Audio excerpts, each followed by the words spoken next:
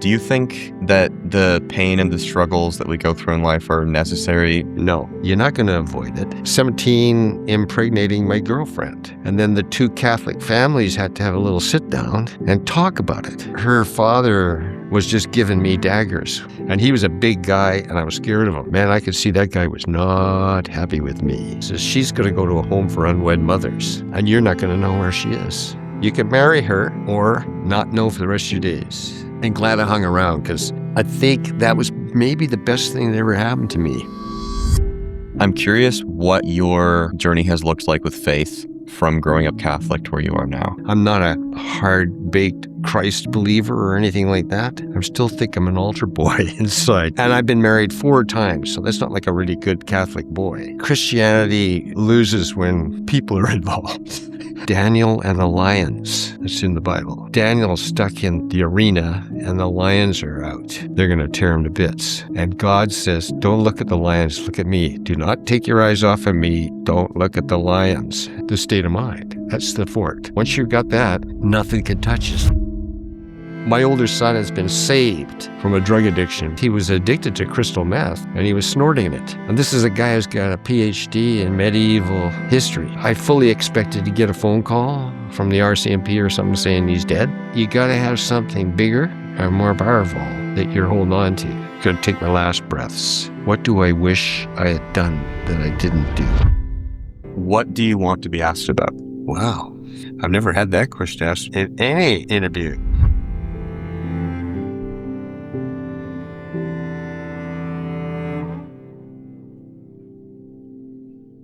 Nigel Seale, welcome to Unfolding. Wow, pleasure being here, man. I only have one question prepared for you, and the rest of this conversation is going to naturally unfold. You spent much of your life with music. What do you think it's been trying to tell you? Ooh. I don't see it as a separate entity of something that's trying to tell me something. It's more like something I listen to that takes me somewhere or places me somewhere. Earlier on, I used to love classical music. That was kind of where I got my start in music. I also played violin for a bit.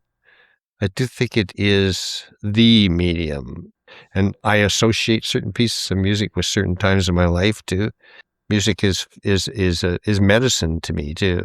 Like it just can transport me to a different place or relax me or make me happy. Where do you think it's taking you?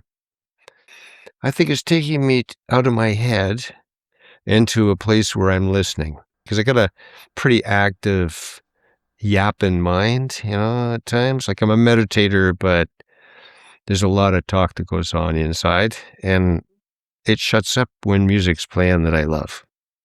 I feel that. Mm-hmm. You say music is the medium. How do you think music differs to traditional art for you? Well, first of all, it's sound. That's it. It's nothing else. I know nowadays they will put a video along with it or something, kaleidoscopic thing or that sort of stuff.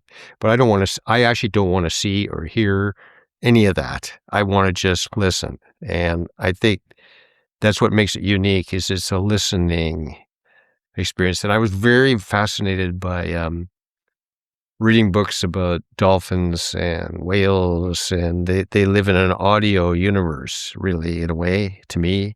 And I love how free they are. And I think that's what it does for me. It frees me up in a wonderful way and gives me beautiful energy if I listen to something amazing and I go, wow. Especially live performance. Love live performance. I've had some exquisite experiences going to see a band, or I think the first time I saw, I think it was in Seattle. I went to Seattle and I saw, I saw Yes. I saw King Crimson. I guess the King Crimson one was the most amazing to me. I saw King Crimson live in Seattle. And this is many years ago, in the 70s, like early 70s. And I was just like, who the heck are these guys? They're tapped into some kind of universally beautiful thing. And yeah, music's my thing. I don't think any other art form does what music does. to me. What do you think the earliest experience that you can remember was when you felt that sort of Ooh, transcendental pull in the music? good question. The Four Seasons, the classical piece, The Four Seasons. It was playing in our living room, and my father had his desk in our living room. We had a little small house, 2-bedroom, little bungalow here in Victoria, and he was a real thinker, and he was studying. I think he was studying to pass some kind of, French. In order to be a teacher, you had to get French in Canada. And so he was having great difficulty with that. But I was looking at him from behind, and I could feel the intensity of his thought and what he was trying to do. And at the same time that the Four Seasons was playing in the background, like quietly on our record player. And I looked outside, and I think it must have been the fall. I'm pretty sure it must have been the fall because a whole bunch of starlings suddenly went. You know how they do that sudden all together, fly around together thing for a bit and then come back down. I forget what that's called, but anyway, and it was that with the music, with the intensity of my father's thought going on that I went, whoa. It was actually a physical experience of my, you get the buzz in your arms or whatever, your hair stands on end a little bit, and it's kind of that's kind of the first one. You mentioned times of your life and how the different sort of seasons play into the music and the different places that it takes you. Do you think the emotions that you feel are from the music or from you and the music brings it out of you? Ooh, that's a tough one. I have the same exquisite experience where I taste something like really beautiful strawberries. Not the ones you get in the box from California, but you pick it right here, you just eat the strawberry. And I always get into a kind of a wondrous space is the taste in it or is the taste here? Because you don't get that taste with anything else other than the thing you just bit. So is it from that or is it from me? And those sort of things really, they just launch me into a beautiful space in my mind. And a lot of people I know, for me especially as well, music can be calming in a sense, especially when you're maybe going through a rough time. The somber tone of the music can help mediate your sadness in some degree. If you maybe went through a bad breakup, listening to sad music makes you feel better, something like that. Through times of life, what's a moment that you turned to music when you were at one of your lowest points and that music sort of helped you get through it? Well, I've been married 4 times and I've been through some heartbreak, around those things. And I know that, that I kind of associate with my mind a piece of music with the heartbreak time, and at the same time, I've noticed too that I launch into something new when I have a heartbreak. There's something new. So sometimes some piece of music reminds me of that time, but it was a good thing, So when I was working on organizing Earth Day Canada and trying to sort of do that, I remember listening to Bruce Cockburn, and he had a song, and I was just like, I want to hear that over and over again. And then I also listened to U2, and I wanted to listen to the song that they had over and over again. I would repeat the song because it brings me back to the state of mind of actually creating something. It helps me create. Music does. And what I'm good at doing, I think, if I look at my past and what I've managed to achieve, I think what I'm really good at is organizing movements. Started off with Greenpeace right here in Victoria as the Greenpeace rep. And at that time I was listening to music, and I couldn't even remember what that was. When I was 19, 18. I was listening to Beatles stuff and mostly Beatles. And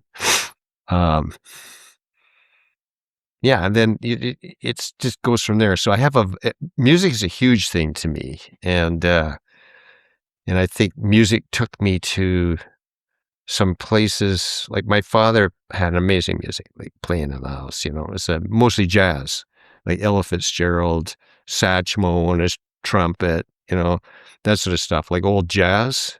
So I really got a lot from that, and I think that really put something into me. I was like, wow, I remember struggling trying to write something for high school, trying to think about how am I gonna do, and it was a piece of music that actually brought it together for me for some reason. But it's nothing to do with the lyrics.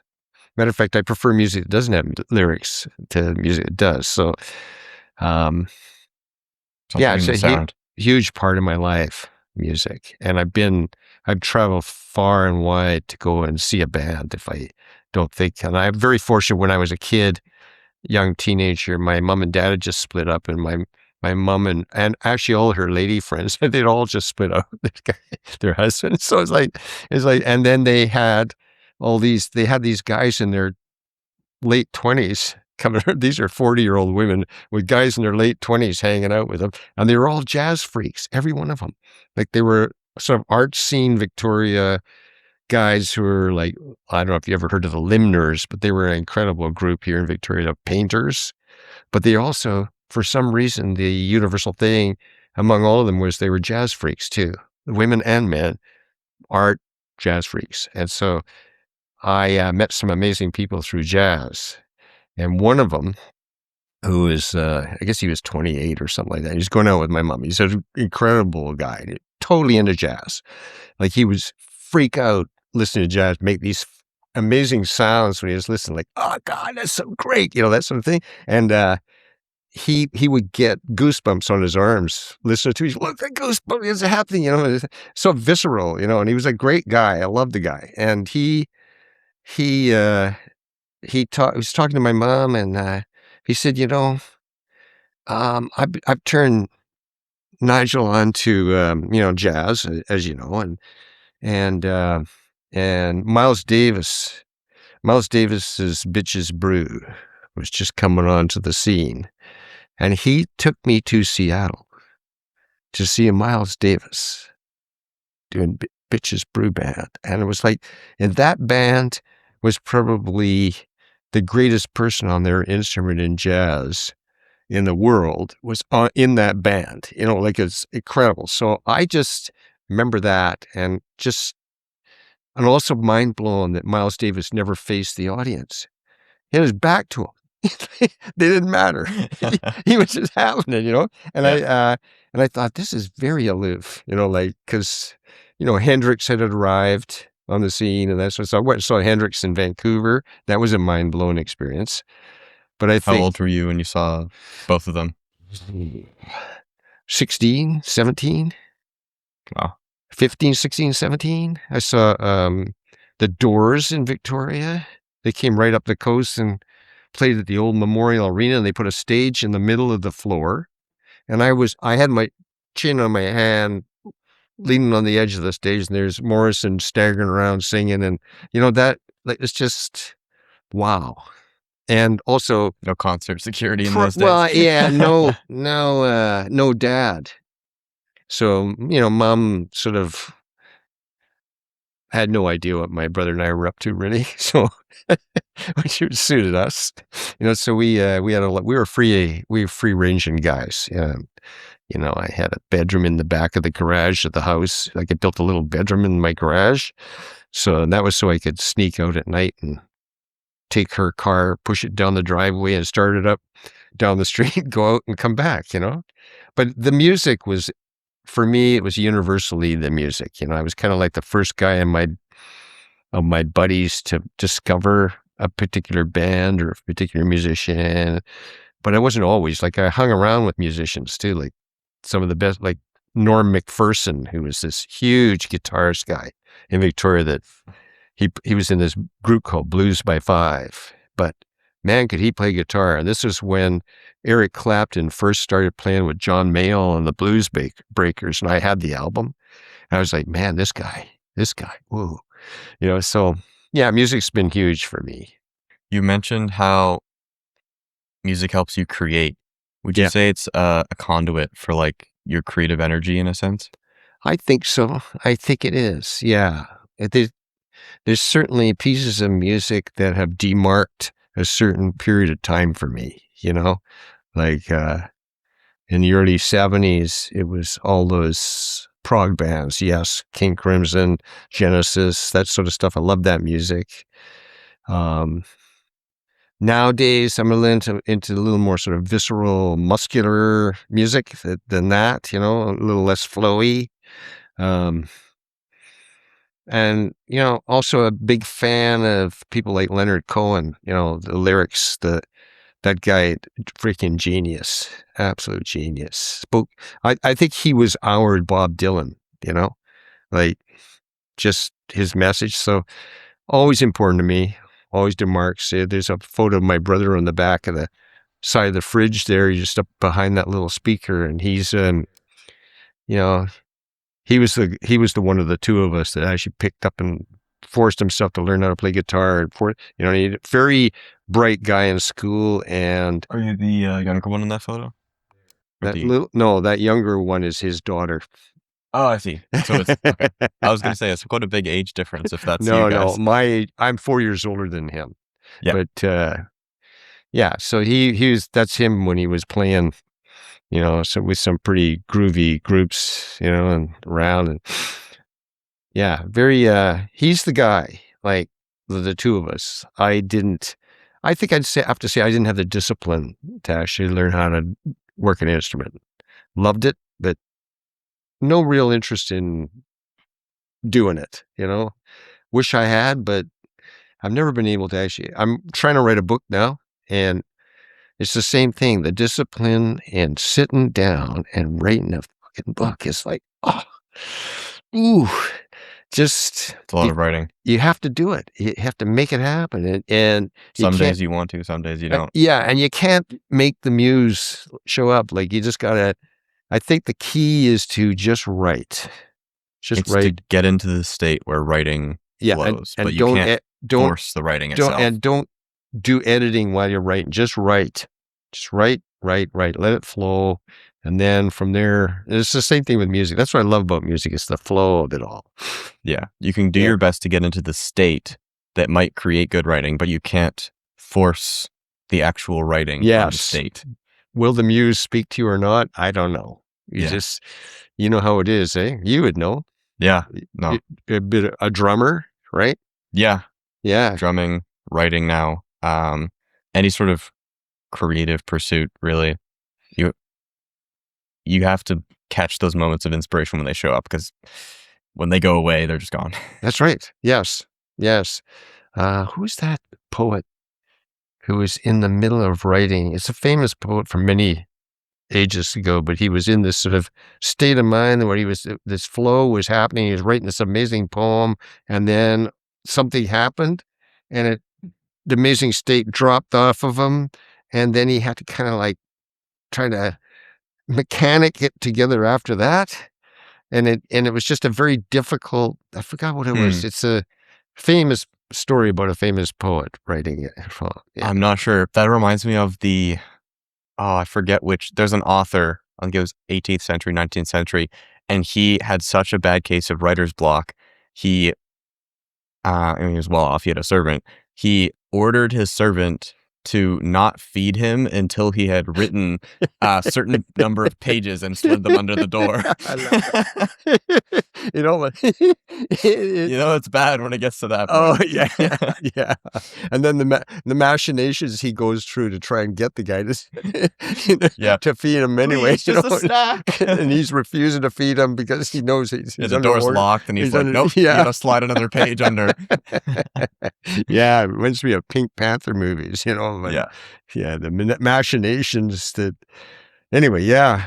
That's when it gets bad. Mm-hmm.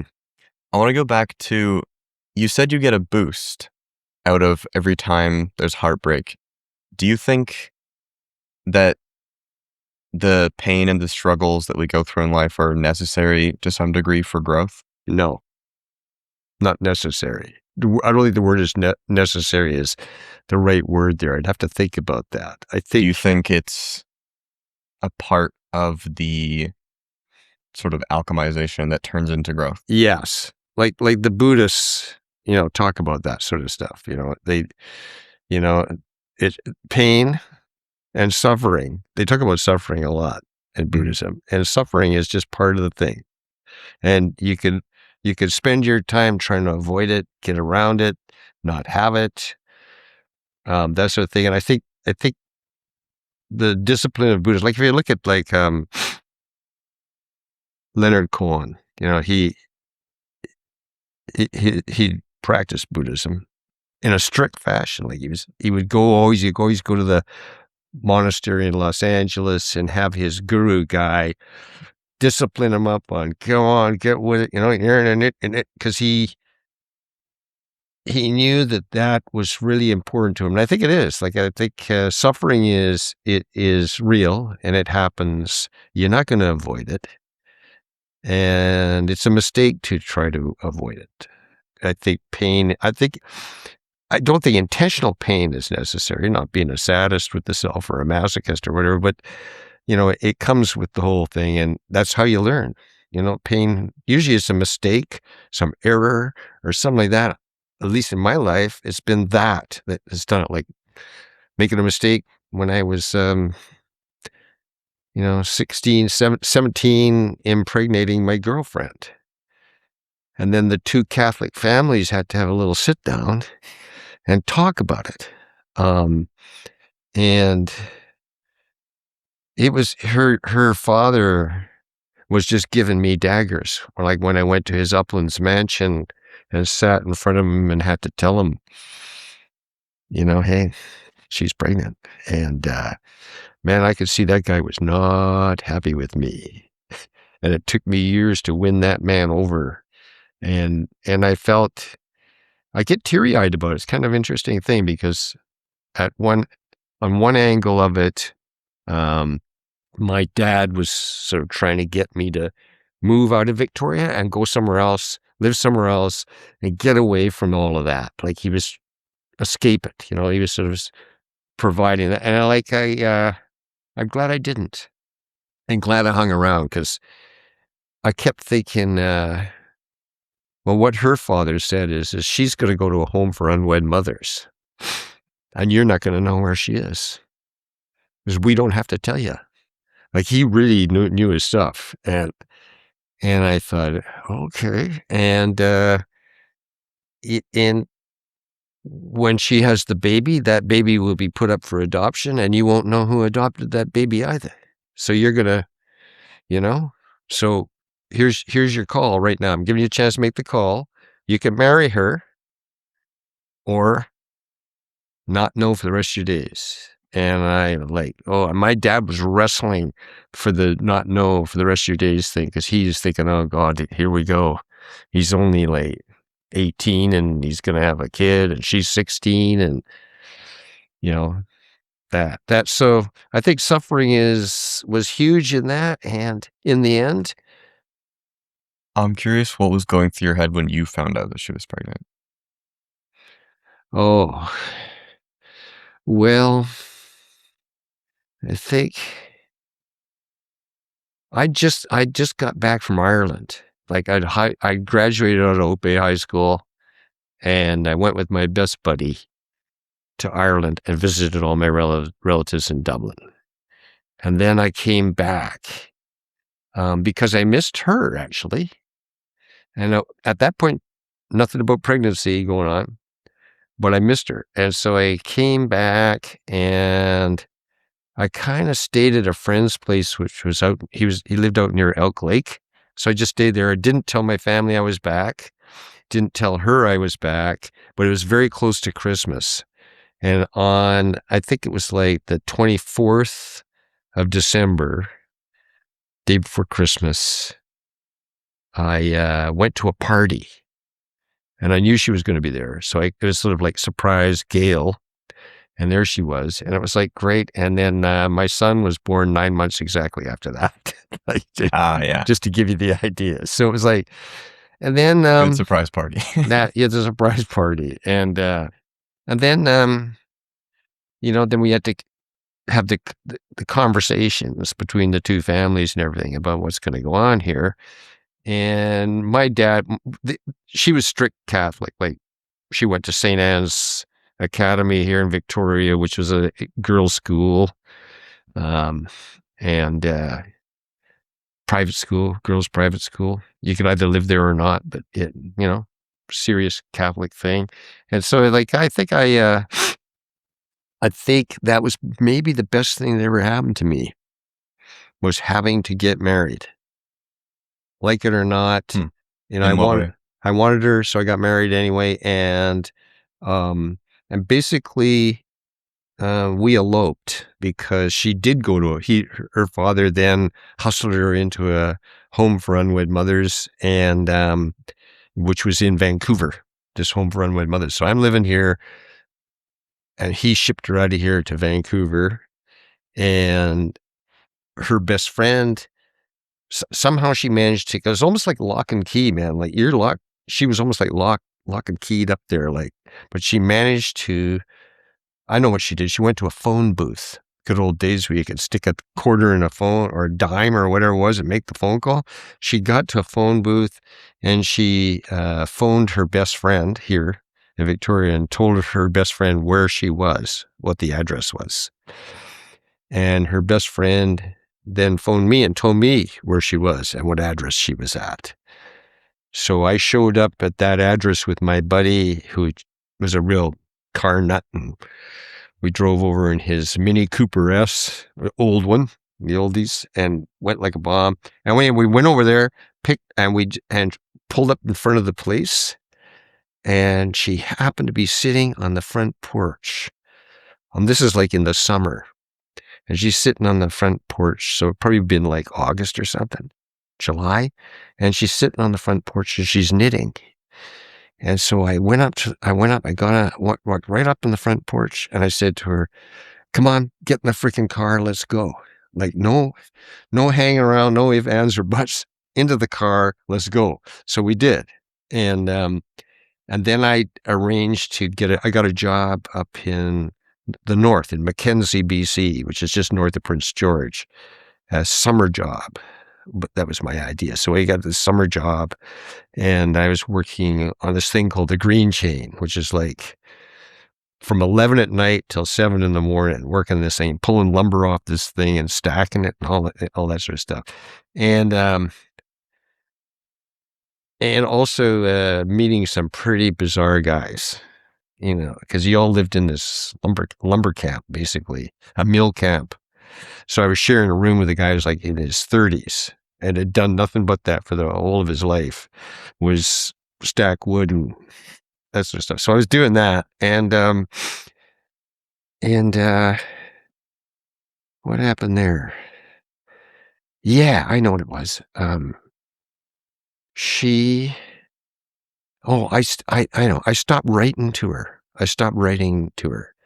Because I was very confused. Like, do I want to get locked into being married and all this sort of stuff? But I knew a baby's coming. She was expecting me to come back and marry her and actually, be dad and all that sort of thing. And at the same time, I'm like, oh, God, I don't know if I could do this. And my dad was really pushing the idea of get out of there, because he was thinking I was going to get like, what are you going to do? Like, so anyway, I did. I did. I went up north and I stopped writing to her from Mackenzie. I was writing to her and then I stopped. And we had radio controlled thing. Like, I had at that time I was running this thing called a bucking deck, where the guy brings in these big logs, dumps them on this input, and you cut them up. And you just rotate it back. Yeah. Thanks. Yeah. And anyway. So you stopped writing to her because your dad was pressuring you to sort of get out, dip out? Well, he was just saying, not even that. He was just like, I was torn, and I was like, oh, what am I going to do? And one day I'm sitting at the bucking deck operation, and there's radio control because I could talk to the guys bringing the logs in and everything. Anyway, and also they got a ham radio type thing there. So I get a ham radio call from some guys I know that work at the mill. And the guy says, we're on the highway and we're driving. We got somebody in the back of the truck. And I said, who's that? And he says, it's your girlfriend, Gail. We picked her up when she was hitchhiking, pregnant. And she just went, man, you're not getting out of this now. I think that's what it was. And so that was the best thing ever happened to me, really, because I had to buck up, get a job, smarten up, make money, and, be responsible for a child that's coming into the world, et cetera, like that. So now I have a 56-year-old son from that, and I'm sure glad of it. As a matter of fact, he's coming to my younger son's wedding. So it's all good. It's all good. It worked out. Yeah, it did. Just to clarify, her dad was basically giving you the ultimatum of like, you need to marry her or I'm going to send her away. Right. Yes. Okay. And then your dad was like, yep, pressuring you to just dip out. And by that time, and her dad did not stick with the agreement. Her dad whisked her off to a home for unwed mother without me knowing.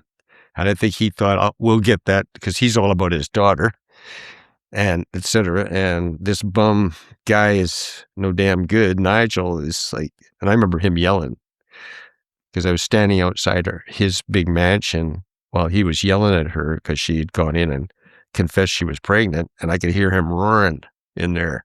And he was a big guy, and I was scared of him, quite frankly. So, but anyway, it turned out to be a magnificent and best thing that ever happened to me.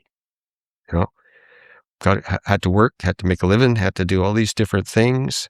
I had an idea before that I was going to be a classics professor because I loved reading about Homer. But the Odyssey, the Iliad, all of that. I thought, oh, this is perfect for me being a classics prof, but no. So I ended up being a guy who worked in a mill, and then I got my carpenter's certificate working in a construction company. And then I ended up building houses myself, and I ended up owning a fairly big construction company, built probably 30 or 40 houses in Victoria. And, You mentioned like both your families were Catholic. Did you grow up Catholic? Yeah, for a while. Yeah, I was an altar boy, actually, in the church, which actually, to me, was a really great thing. I kind of liked the whole ritual of it. You're wearing the robes, you got the thing, it's got the scent coming out of it, the incense. Yeah, the incense, the people taking, they do the bread and wine thing, all of that, on your knees. And I'm an altar boy and they're dressed in the white robes. I just really felt like, wow, this is like, there was something about that was, maybe it's in my bones, I don't know, but something wonderful about it being that way. So I didn't go to Catholic school though. I went to public school, but I had a lot of buddies that did go to Catholic school, and that was good too. Would you describe yourself as Catholic anymore, or? No, not at all. But I'd have to say that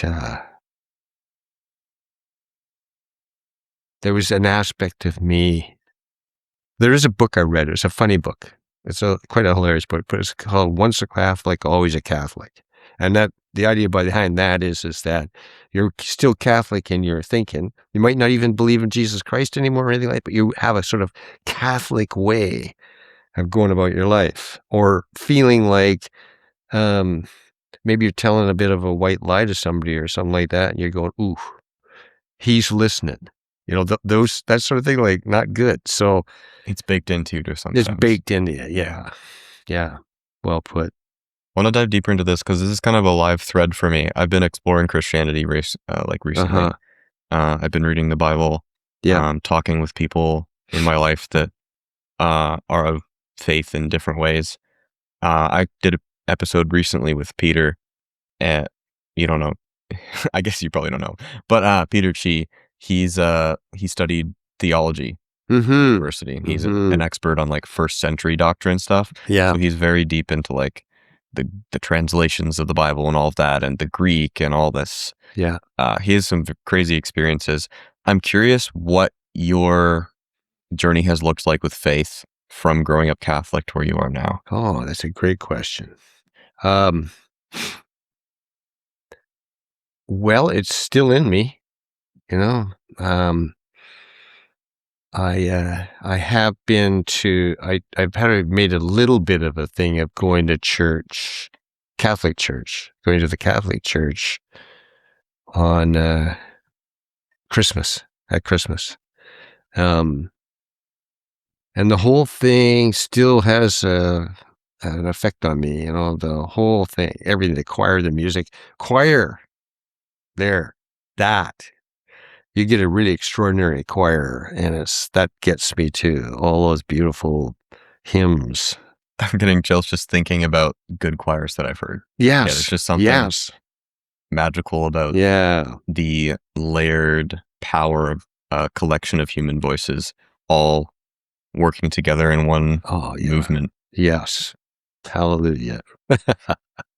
I mean, like I say hallelujah a lot. I notice in my life, and I do it at work, but I think that it's in me, that's still there. And I think it serves me in many ways. I think it's, there's such beauty in that music, and there's such beauty in the whole concept. I'm not a hard-baked, Christ believer or anything like that. But I think I'm still think I'm an altar boy inside, like I really do. And I think, and I've been married 4 times, so that's not like a really good Catholic boy at all. Matter of fact, I was going to be speaking at my younger son's wedding coming up, father of the groom speech, which I didn't really know existed, even though I've been married 4 times. I don't know about that one.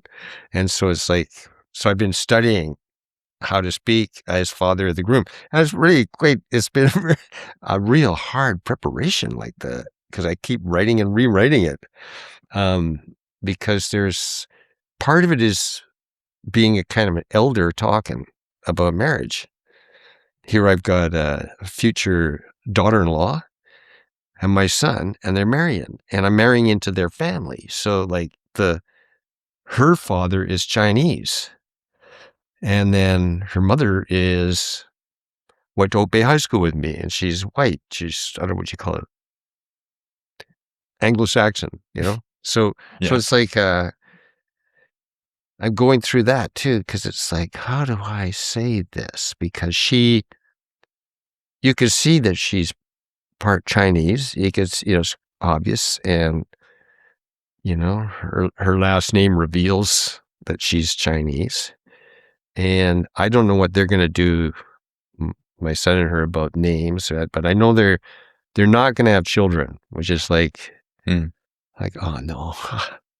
I was saying, I love to have grandchildren, but I live vicariously through my lady who I've been with for 13 years now, who, we don't live under the same roof because we're smart. And I'm a bachelor type of dude, and she's pretty fastidious and has a really pretty nice place. I don't keep my place very nice, so it's much better to be the way we are. But yeah, going back to that though, I think it's, being a blessing, having that Catholicism in my past, that strong belief, especially the ritual part of it all. And like you were saying, choir, nothing like the human voice singing in a fabulous way. So you said you're not like a firm Christ believer. I'm curious what your relationship is with like divine of some kind.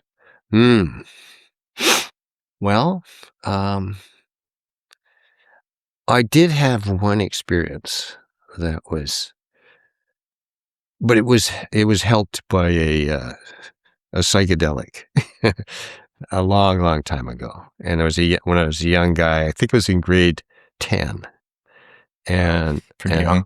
Yeah, and the Hall Patches, which is a family, arrived from San Francisco to Victoria to go to Oak Bay High School, and they brought some of that stuff with them. And so we would be down on Willows Beach on mescaline, or something like that, acid, LSD, and nobody knew because there's just a very small handful of people that knew anything about that. We all knew it was happening out in the world, but we were kind of like first practitioners.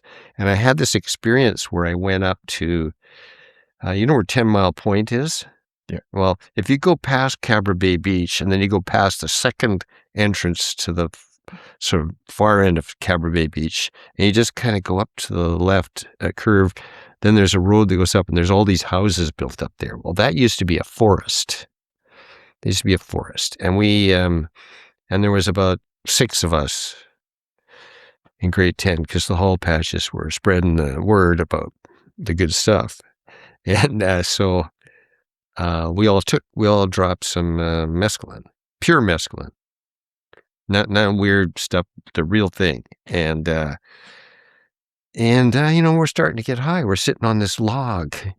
It was actually a tree that had fallen down in the woods, and it was like we're sitting on this long log, and I'm on one end of it with my best buddy, Dave, sitting right beside me, and he's on the very end of the log, and the other guys are up that way. And so, well, not the very end of the log, but near the very end of the log. And we're getting all of this sort of buzz that goes on. Like you start seeing the auras of the trees and things like that. And we're getting very sensitized to what's going on.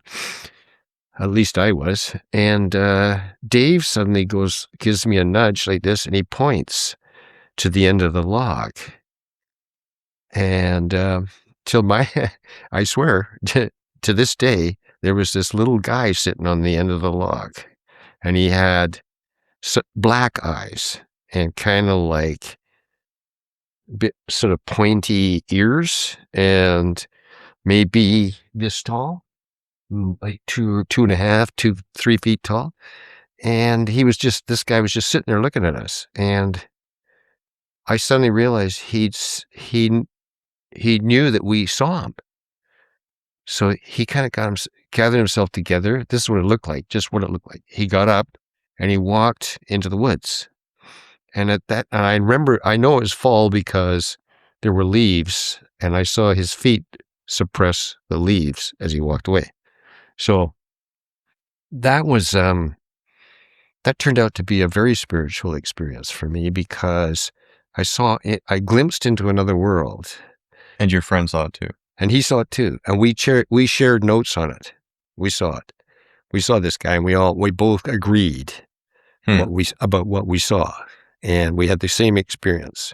So then here's another really strange part. Fast forward about 30 years or so. I'm my wife at the time, my second wife. Yes. Yeah. Second. I've had 4.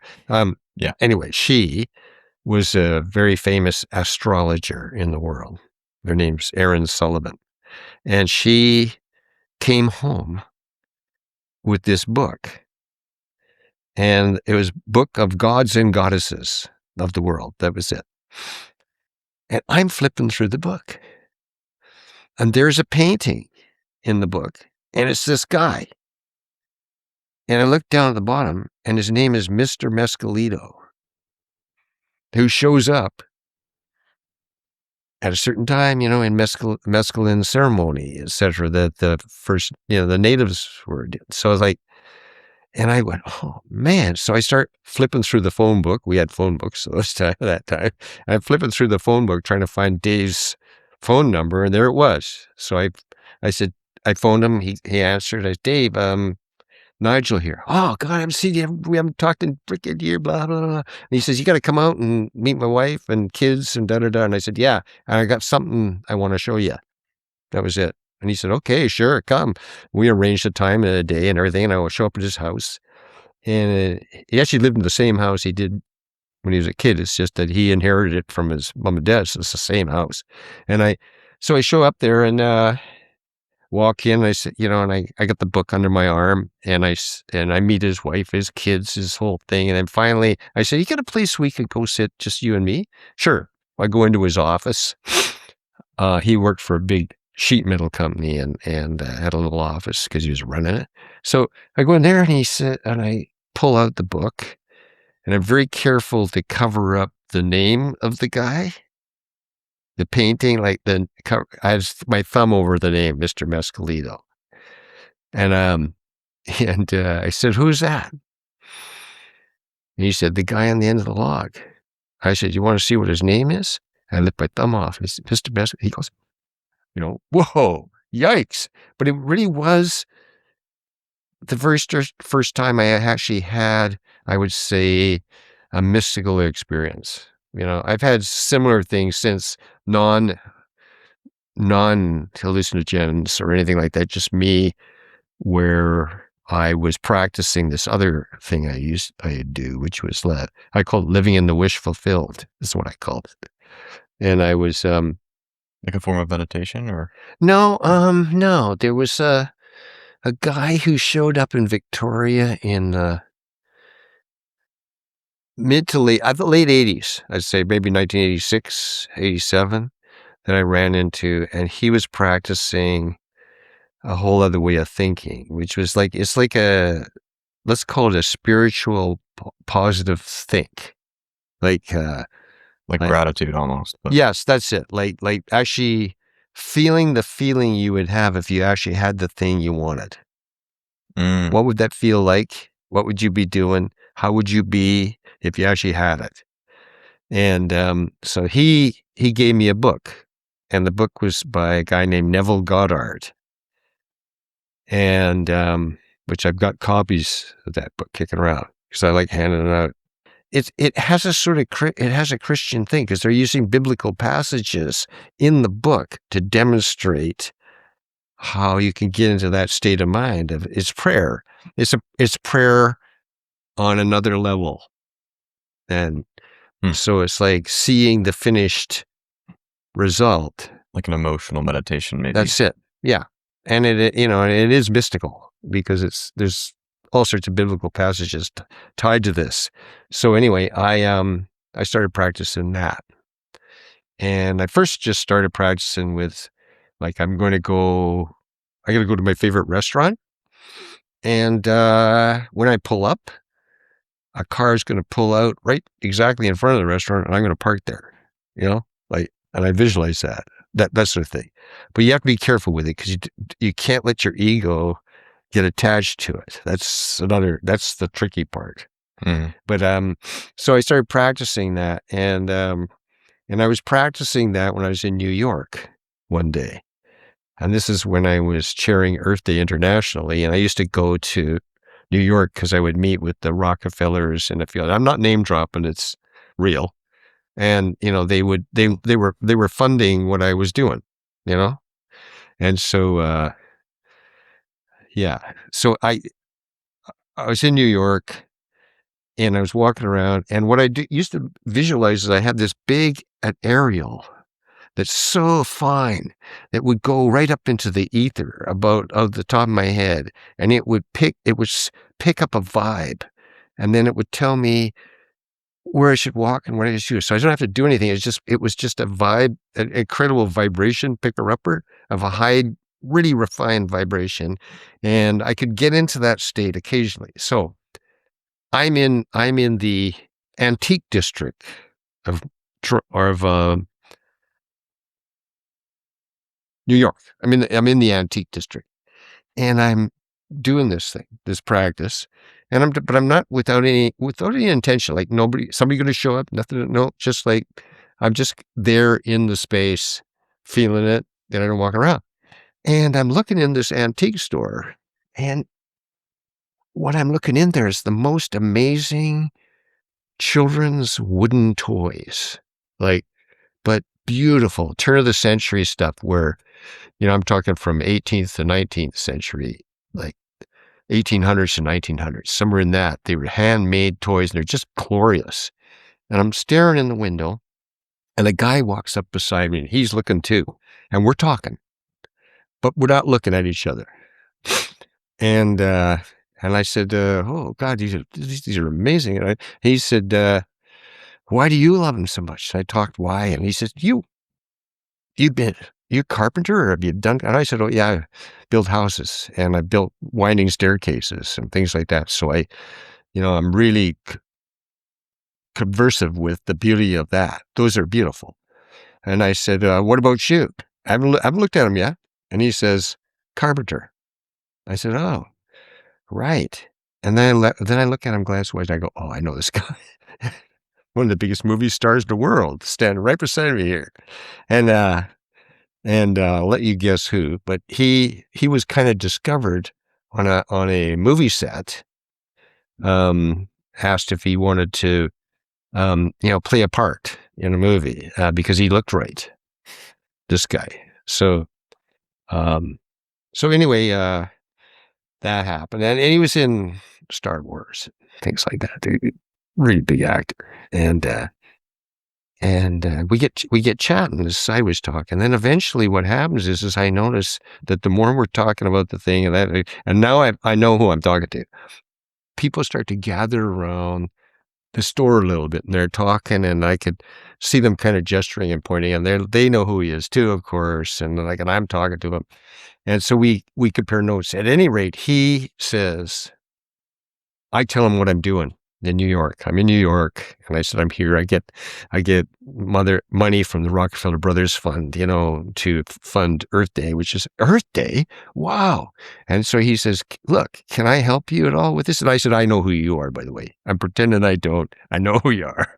I said, and he gave me his phone number and everything like that. So it's like, but what I'm talking about is not so much him or any of that. I'm talking about the state of mind that goes along with, how is it that some people seem to get all the breaks or seem to get something great happen, or for them that maybe somebody maybe is even more practiced in a particular area than they are, that you would think that they would get it, but no, they get it. Why is that? Why is it they get those? And so that was that's my conscious practice now and when I get off of it and I stop doing it, I find that life kind of starts shutting down on me, and as soon as I pick it back up, especially if I pick it up lightly, not with hammering on it, but like just a lightness of being, then I start getting the rewards of whatever they might be that come along with it. So like, for instance, this summer, April actually was, I went down to meet up with a whole bunch of environmental buddies of mine in San Diego, just outside of San Diego. And one of those guys that became a friend of mine when I was at a big conference on Rockefeller land in Jackson Hole, Wyoming. And I was sort of a speaker at this thing because I was Mr. Earth Day. And he was a guy that didn't realize that he wasn't even supposed to be there because it was an invite only thing. And the guy saw that this thing was happening and he got on his motorbike, rode all the way from Los Angeles to Jackson Hole, Wyoming to attend this thing, showed up, didn't realize it was invite only. So he acted like he was just supposed to be there. And so he was there. They gave him a room. They were feeding him because they thought, well, he was invited, So like, it's one of these amazing, yeah. And this guy, John Quigley, turned out to be like, I think I gave him a boost because he lived in Los Angeles, and I had just been given the mantle by the guys who founded Earth Day to organize Earth Day International and be the chair of it. And the reason why is, I'll tell you now or later, but the reason why they gave it to me is because the guy who started organizing, a guy named Dennis Hayes, was the first guy to organize Earth Day with a guy named Senator Gaylord Nelson from the United States. They put their heads together when they first saw the oil spill just outside of there was a massive oil spill. And it was kind of put the launch into Earth Day. It's funny how a negative event can really be a positive thing because it brings everybody together. So people were just agog at this freaking oil spill. And, Los Angeles is a media center. So all the big television networks were down on the beach, Newport Beach, looking at the this oil spill, looking at the otters drowning in the freaking oil and all that stuff, and the birds, and it's heartbreaking. And they're both, and Dennis sees Gaylord Nelson there. He didn't know him, but Dennis was, I think he was student council head at Stanford in Palo Alto, right? So California. So he sees him there and he says, what are you doing here, Senator Gaylord? He says, well, I'm here because, he was putting on little environmental speeches and stuff. Senator Gaylord Nelson was at the time. So they got together and they said, well, let's because Dennis Hayes was a huge organizer in the student movement of the anti-Vietnam War deal. So they got together and they started working on the environment right away. This just went, oh, this is horrid. Can't happen again. We got to do something. So they started organizing it, and Gaylord Nelson said, well, there ought to be something like, I don't know, an Earth Day. That's what he said, an Earth Day, like where you focus on the Earth at least one day a year, and why don't, and anyway, Dennis Hayes said, well, I'll organize it. Let's do it. So they did. And it became absolutely massive. And what gave it its wind in its sails is there was another fucking oil spill when they were organizing it. They're going to organize April 22, 1970 is the date they picked. The reason why they picked April 22 is everybody's finished their exams at the universities all the way across the U.S., but they haven't left yet. So they picked that date because they thought that'd be a good time to pull this thing off. And it ended up being one of the largest organized demonstrations in the U.S. history. Like it was like 30, 40 million people in every freaking state in the U.S. did something on that day about the environment. And then that took off. And anyway, Dennis Hayes had to make a promise to all the different environmental groups in the U.S. because he brought them all in to help him organize it. They said, well, you got to promise not to do another Earth Day after this because it'll suck up all the juice and money and everything that we get as organized, like Greenpeace and all those guys might suffer because Earth Day's kind of come in and done that thing to it. So yeah, that was really important. And I didn't realize that Dennis had made the promise to not do another one to all those environmental groups because they could see the possibility that they would be just shot right out of it. But his promise was I will not do another one. So he says, Nigel, you Canadians, and he even said, you Canadians are the boarding cows of the world, which wasn't a negative statement. What he meant is do no harm. Like you guys, we're a problem. It'd be much better if Earth Day was being organized by a Canadian, especially since there had been already an international interest in Earth Day. Like it was not just America being such a media center, the rest of the world noticed. So let's make it international. So that's how I ended up doing that. But I'm saying that my spiritual, religious, blah, blah, blah is very attached to the earth. Like that's where I get my sustenance. That's like I read books about individual species of animals. Like I was reading one about a rabbit, it's a bestseller, but it's about this beautiful rabbit that this woman finds, and she brings up this rabbit, and it's a hare actually. It's called I can't remember, but just gorgeous writing. Mm-hmm. So like I'm reading this book right now, which is A River Alive? It's an extraordinary book. It's beautiful written. Well, my answer to that question would be absolutely. It's like a guy named Love, yeah. The guy, anyway, there's a guy who wrote this book called the Gaia Hypothesis, which is like the whole Earth pretty much stays to the same percentage of carbon dioxide and nitrogen and oxygen all the time, and it self-regulates in order to keep that going because that keeps life going. If you have that percentage thing, and it's sort of like that. So like, same with the river. Of course it's alive. That's my thinking. So that's my religion, the planet, the earth, and etc. Like all life comes from there. We Do you swim think in there. there's something beyond in that? Oh yeah, absolutely. But I think I guess Christianity loses when people are involved, because you get all these different sects and that sort of thing. My older son is becoming a really strong Christian over the last few years. His mom's saying to me, oh God, he's being like, a bit sort of Bible bashing and, da da da. And I'm going, no. He's a freaking true believer, man. He's true to it. So Spreading the good word. yeah, he's great. Yeah, he's great. And I have just the same thing. I see God in all those different creatures and animals and being in the woods and swimming in the ocean and all the things I do. So that's where I get it from. Hmm. Yeah. I see that. So you'd say it's more of like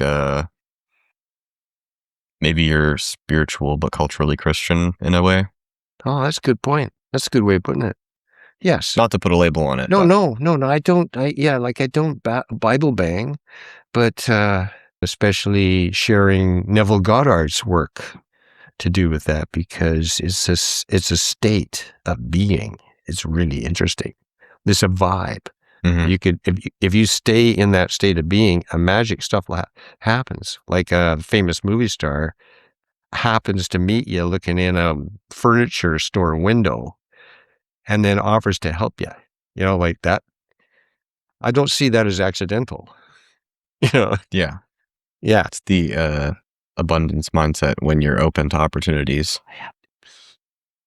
I have to go to the bathroom. Oh, yeah, no worries. We can take a break. Yeah, so just thinking about the Christian approach and what the Bible says, I was contemplating a passage, and it was to do with Daniel and the lions. That's in the Bible. And Daniel's stuck in the arena, and the lions are out. Now, he's going to have to battle the lions, and of course he's not going to be able to battle them because they're going to tear him to bits. And God says to him, this voice says to him, don't look at the lions, look at me. Do not take your eyes off of me. Don't look at the lions, and just me. And that, I think, is exactly what Neville Goddard's talking about too. The wish fulfilled, like actually see and feel and live the thing that you're seeing, that you want to be. Live it now. Be in the state of actually having it. So it's not like wanting it anymore. It's actually, I have it. It's here. And I'm not saying I'm perfect at it, because I'm imperfect. So I forget about it for long periods of time after when I go, oh my God, I've stopped being that way. Where's all the magic on in my life? It seems to be disappearing. And then as soon as that dawns on me, I start bring it back in and seeing what do I want, and then actually living in it and walking in it, and it arrives usually with people. Like I was saying, I was in Jacksonville, Wyoming. I walk into this room. I'm one of the speakers there now. I'm Mr. Earth Day, so I'm speaker. I'm at this table, and there's some amazing people at the table, no question about it. But I just finally one night I said, look, guys, like I think on the third night I said, look, I'm going to go walk about for a bit. I'm not going to just sit at this table anymore, as the expert, like I'm not. So I walk around the corner, and there's a guy sitting there. He's got a pair of cowboy boots on, and he's got his feet up on a table, and he's just sitting there. And I thought, I'm talking to him. So I talked to him, and it turns out that he had been in British Columbia, and he also had worked with this woman in the U.S. who's very famous for saving trees. Like she's like the tree person. And he tells me this story about that. He said he'd also been in British Columbia with do with the forestry thing and the issues and that sort of thing. And, and most of that's just getting in the way. getting in the way, making it difficult for the guys to cut those trees down, especially when they're really wiping them out. And and I liked that guy so much that I said, because I had the power at that time to do that, I said, would you like to organize Earth Day in Los Angeles? He said, yeah, sure, I'll do it. And, oh, man, did he ever do it. Like, he had, what's that famous band from LA? They're really big. But anyway, they were really big. And anyway, he got them out. He just organized this mass thing in Los Angeles. And he was so great that I brought him onto the Earth Day International Environmental Committee as one of the, on the board. I believed huge in advisory boards. I didn't really believe big in boards, because there's if you agree to actually sit on a real board instead of an advisory board, then you got some liabilities right away. If there's an error made, or it isn't within the tax laws or whatever it might be, you get trouble. But if you're just forming an advisory board and you get some incredible people on that board, and they all know that they're not liable for anything, we're just trying to make something happen here. Then I learned that. I got really good at making advisory boards. And so I brought him in and I made an advisory board, and a few other people I met, like Gaylord Nelson I had on the advisory board for a bit, and Dennis Hayes, and so it's an amazing way to get stuff done. And people who, when you go and ask somebody if they'll sit on your advisory board, what would be your first question you'd ask if I asked you to sit on an advisory board of something I'm doing? What would you ask? What would be my question if you were on my advisory board? No. What would your question be if I was asking you to be on my advisory board for something I'm doing? What would be one of your first questions you'd ask me? Here's what I would ask. Who else is on the advisory board? Oh, I was going to say, what do you need me for? As in, like, what type of advising do you see me fitting in? Well, presuming that you've already I've talked, in my situation, like I've already talked to you, I'm environmental. I know you're environmental, it's going to be environmental what I'm doing. So it's like, would you sit on my advisory board? And they will ask, who else is on it? Wow. And if I say to them, well,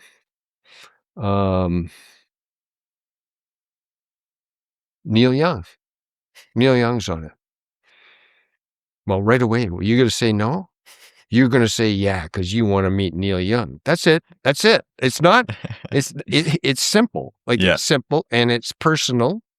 And man, I'd love to be with hanging around with Neil Young or whoever else I might have. So that works fantastic. You get an incredible bunch of people in on doing whatever you're doing. So and that's one of the ways you get to this state that you're talking about? The way the state is more like, it actually is a state of being. It is like, I have it.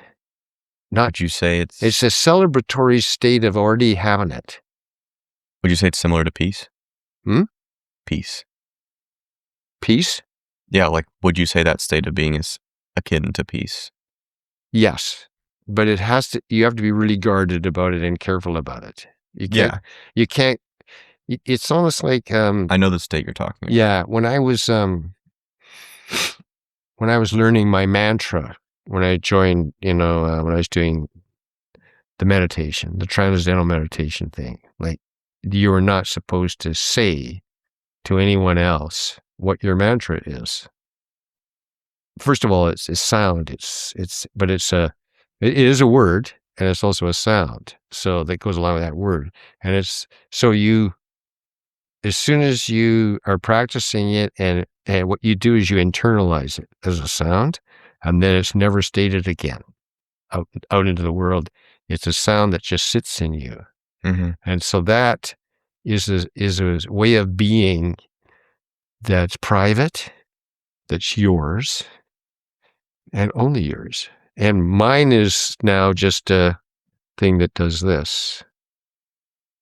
It doesn't have a sound. It just does that. It opens and closes. And when it opens, it's, and then it closes. So That's the sense of it. Like it's like when you see the Buddha.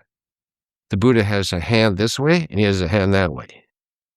This one's going like this, and this one's is holding back any sort of negative energy, but this one's bringing in the good, so it's like that. So that's my, and it is a secret in a way. There was a book called The Secret, which was about positive thinking, etc., which is kind of like manifestation and stuff. Yeah, it's adjunct to this, but I always found that people doing that are trying to get the stuff. Really, the ultimately is I want the stuff, which is not the point. No, not at all. No, you've got to counterproductive. Yes, as Maharishi Yogi, who invented transcendental meditation, he says capture the fort, and what he means by that is the state of mind. That's the fort. Once you've got that, nothing can touch you. It's like Daniel and the lions. Just look at me. Nothing can touch you. Just look at me. And so believe me, I'm not a really great practitioner. I sort of like fall off the wagon. It's like alcoholics, or whatever. Like my older son has been saved from a drug addiction because that's where he is. That's his state of mind now. He doesn't take anything, but he was addicted to crystal meth. And he was snorting it. And this is a guy who's got a PhD in medieval history, medieval poetry. And, I know it's a very sort of esoteric thing to have a PhD in, but he's got an exquisite mind, and now he's been saved. And literally, he is saved. This is your oldest son, the one. My older son, yep. Yeah. Yep. He's the very first one, who's now 56. Well, Bill will be 56 on September the 25th. And I will be 76 on September 18th. So it's like... What was that like for you when he was going through that? Well, I fully expected to get a phone call from the RCMP or something saying he's dead, there was, you can't, those new drugs, they're just killing people left, right, and center, like crystal meth is bad, but it can kill you too. Like you take too much of it, or what you think you're taking is crystal meth and it ain't. Mm-hmm. It's one of those newfangled things that kills you. Fentanyl or something, yeah. Yeah, so I think that you got to have something bigger and more powerful that you're holding on to. Or those, the castle walls can be knocked down on those things. But if you've got a really good structure and you're a serious practitioner and you are not to be moved off the mark, then, I think sin, the actual etymology of the word means missed the mark. Yeah. So you think of that, okay, So I think I was working with our young friend at Thrifty's, who we were talking about earlier. Lovely guy who's a very strong Christian in his own right. But I was talking to him about, and I gave him a Neville book because I thought, and he was like, "Oh my God, that's it," because it's like the explanation of how prayer works, and the best description of it that Neville gives is live and the wish fulfilled. So like it's already happened. You're there. Yeah. Yeah. And this is it, so if I can even kiss that state of mind for just even a short period of time, the manifestation in my physical life and world is immediate. There's something that happens. I go, oh, miracle. It's not a miracle. It's actually how it works. This is how it is. Not to bang on that too long, but I just do think that's the central piece for me of everything. The wish fulfilled. Living in the wish fulfilled, but on a spirit. It's a spiritual state. Like it's a high, refined, fine vibratory rate, and it can't be taken from you, removed from you. And like Daniel Lyons, just keep your eye on me. Don't watch any of that other shit. Then nothing could break that. Nothing. You're just good right to the end, you know? Yeah. It doesn't mean that bad things won't befall you. They do. You know, those are challenges. It's how you do it. How do you handle that, you know? Yeah. Yeah. You mentioned how a lot of the people who are into manifestation and abundance mindset and all this stuff, the issue is that they're just trying to get the things. More stuff. And I think that's one of the beautiful ironies of abundance and sort of being in this state is the people who get the most out of life are the ones, like in terms of material things, Yes. are the ones who want it the least. Yeah. Yeah. Because They have no attachment to they're it. not chasing the thing. They're chasing some kind of higher morality or some kind of thing that's like they're trying to meet some kind of mark, Mhm. you know? Yeah. And they're determined to do that, you know? And if they can stay there, then it's great. It's like, I'm looking now and if you want to think biblically, you know, like end times or whatever you want to call it, you know, hell, what's hell? Hell's fire, man. And it's everywhere now. They're actually calling this the pyro scene now because France is on fire. Spain's on fire. You know, British Columbia's on fire. LA had a massive fire. The fire is everywhere. So it's like, I don't, it's not literal, it's metaphorical, but it's still like, whoa, this is where we are now. We were calling it the Anthropocene for a while, which is like human caused environmental problem, humans. So now it's actually morphed into pyrocene and fire is everywhere, which is very hellish. Mhm. And how do you want to the probably best way to get rid of everything is to burn it. You know, like there's 4 elements and fire is one of them. And fire is the one, like what happens when you're dead, when you died? Into the crematorium, ashes to ashes, dust to dust. So it's like, yeah.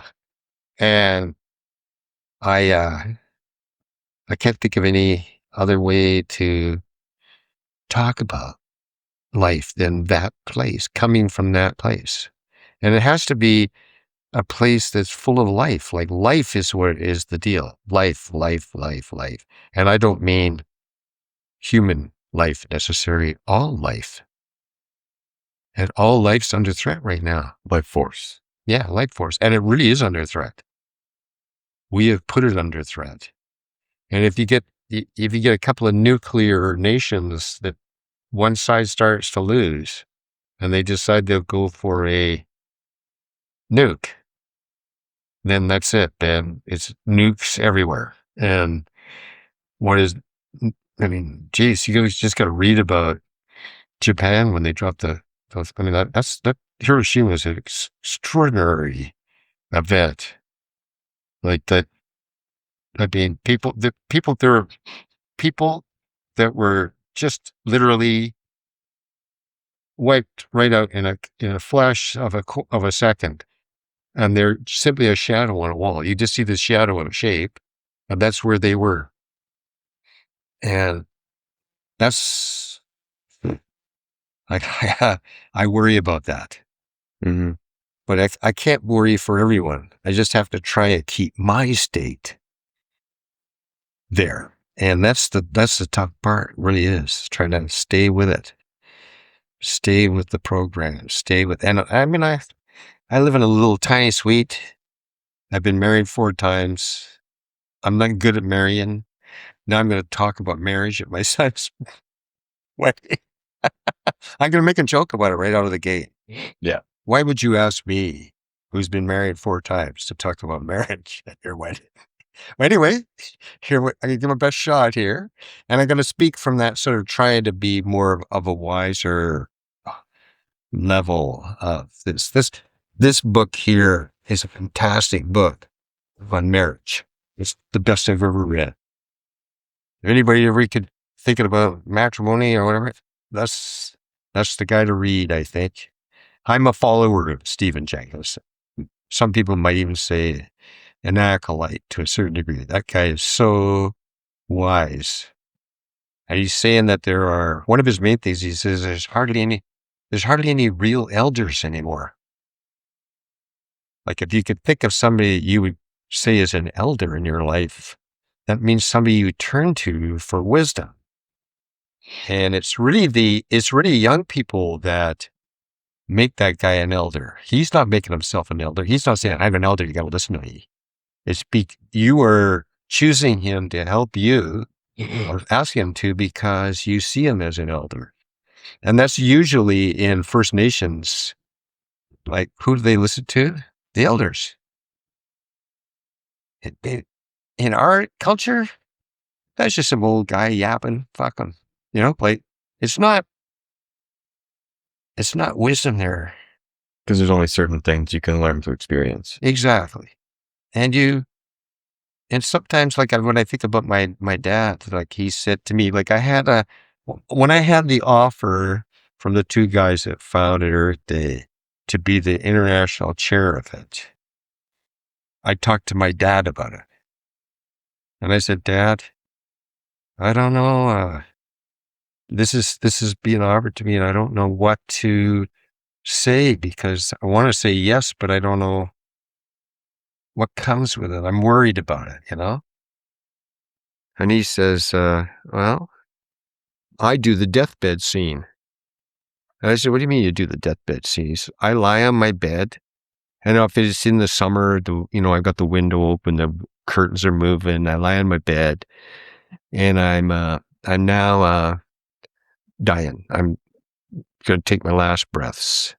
What do I wish I had done that I didn't do? What was offered to me that I didn't take up and go, yes. Don't question it. Don't wonder whether you're up to it or anything. It came to you and it was offered to you by people that are perfectly legitimate, that if you actually did accept it, then you have been kind of like blessed by them to go ahead. There's nothing better. Do it. That was sort of his thing. And I went, oh, thanks. Great. Yeah. Yeah. That's one of my favorite frames. Mine's slightly different, but it's the same idea. What is it? What would my 90-year-old self want me to do? Oh, yes. Yeah. Just expand the time horizon way out. Yes. But like, does this thing actually matter? Future Zach. Let's talk to future Zach about this one. Yeah, exactly. I got you. Yeah. That's a good one. That's a real good one. But even greater than that in my mind is to actually be walking in it already. Like because we see time as something that... Living as your 90-year-old self, you mean? Yeah. Already here. It's already here, I know like in the linear time, it's not, but it is already here and you're in it and all time is now. There is no other place than now. So there it is. And you either take it or you don't. And, there's things I wish I'd done that were offered to me and I could have, the coulda, shoulda, woulda stuff. But, you don't hit me as a guy who's like that. I maximize I love it. Not regret. Yeah. I love it. I love how you go about it. Ever since one of the things, I wrote about it in a Substack article recently. It was this moment that I think really sparked my desire to squeeze as much out of life as I can. Because I was trying to think back. I was like, where did this come from? My just core need to just core passionate want is probably a better word. Yeah. Need is a strong term. But yeah, I was like, where did this drive for minimizing regret come from? Maximizing potential. I was looking back and I was like, where did this desire come from? And I realized there's one of these core memories I had. So I was in gymnastics as a kid and it was just recreational. Yeah. I wasn't doing it competitively or anything like that. And I really liked my coach. He was a very interesting guy. Yeah. Always reading lots of articles, talking about lots of stuff. Yeah. And throughout the classes, when he was coaching us on different moves and things, we'd be chatting about some study he'd read recently or whatever.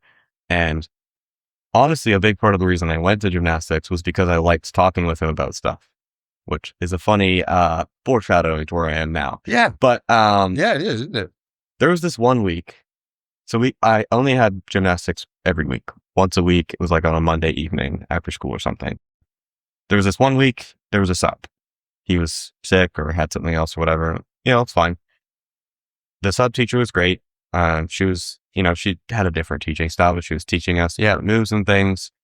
And my curiosity got the better of me. And my coach had written her a list of notes for things that we were all working on in the class and everything. And she was off helping someone else. And I was, I looked over at the notes and I was like, oh, I wonder what my coach wrote about me in there. Yeah. And I go and read it. And it's like, Zach working on this thing. And the last line has stuck with me so strongly since I read it. It just said, doesn't do much. And that really stung when I read it. Yeah. And I was like, damn, that's what he thinks of me. I'm just the kid that doesn't do much, which is fair. I mean, I was there to have fun. I enjoyed the talking more than the gymnastics. Yes. At this time, I was not in the shape I am now. I hadn't started going to the gym. Kind of a chubby kid, all that stuff. But just to think that was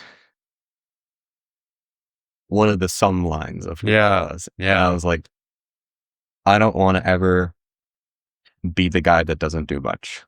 Yeah. So, and that I think sparked me onto the journey of like, okay, I only have this one life. How do I get the most out of it that I can? And how do I not be the guy that doesn't do much? Right.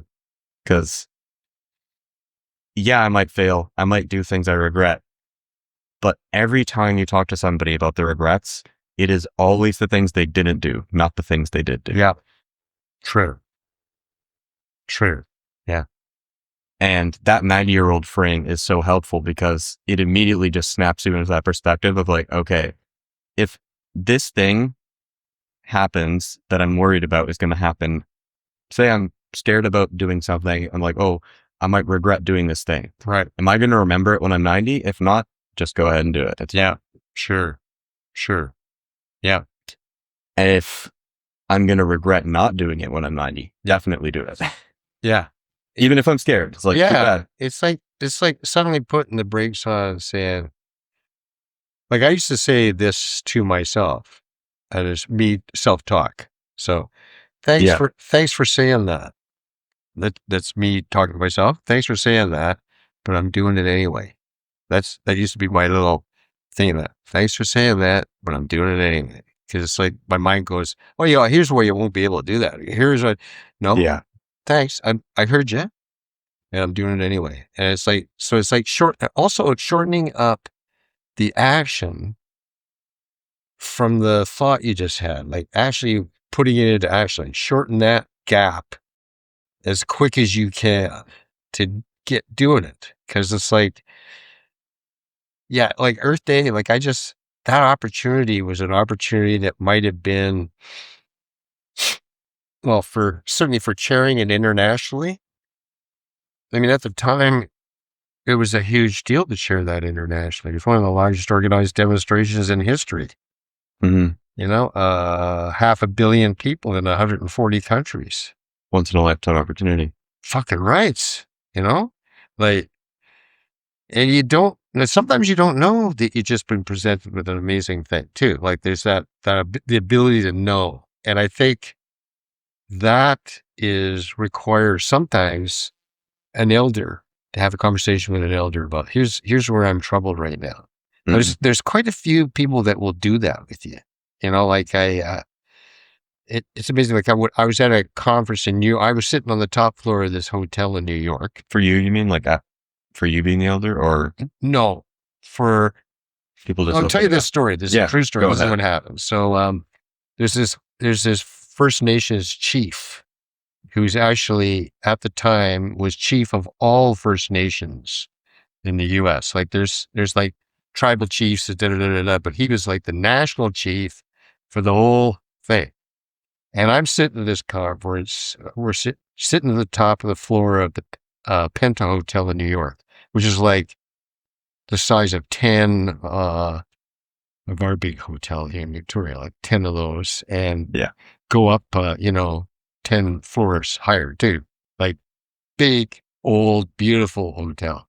And and my buddy and I are really enjoying, the chick attention we were getting, because at that time I was 40 and I was all of a sudden heading up this huge thing. I'm 40 and what comes with it is you're a chick magnet and you gotta don't let your fucking ego get in there. Like you gotta realize what's really going on here because they, that's what happens. And so I'm there, and my good buddy Mike Luttrell's there. Well, Mike always call himself I'm Nigel's consigliatore because he is the guy. He's a couple of years older than me, but he wasn't really an elder. It's more like I was the chief driving guy, but Mike is like this philosopher king. He's a beautiful philosopher guy, good pal of mine, and we're sitting there, we're yapping, and we're really enjoying the freaking attention we're getting from the ladies and stuff there. We're yapping on and on and on. And all of a sudden, this First Nations guy pulls up a chair between us. Like he says, do you mind if I pull up a chair? And he actually kind of worked. He did a little bit. Like his energy, we parted for this guy. And he had real long hair over his shoulders. And he's Chief Oren Lyons, who is unbelievable. Like I still watch talks that he's given and stuff like that on YouTube and those sort of things. So the guy is just a fount of freaking wisdom. Like if only white people had the wisdom these type of people have, like that you could look up to.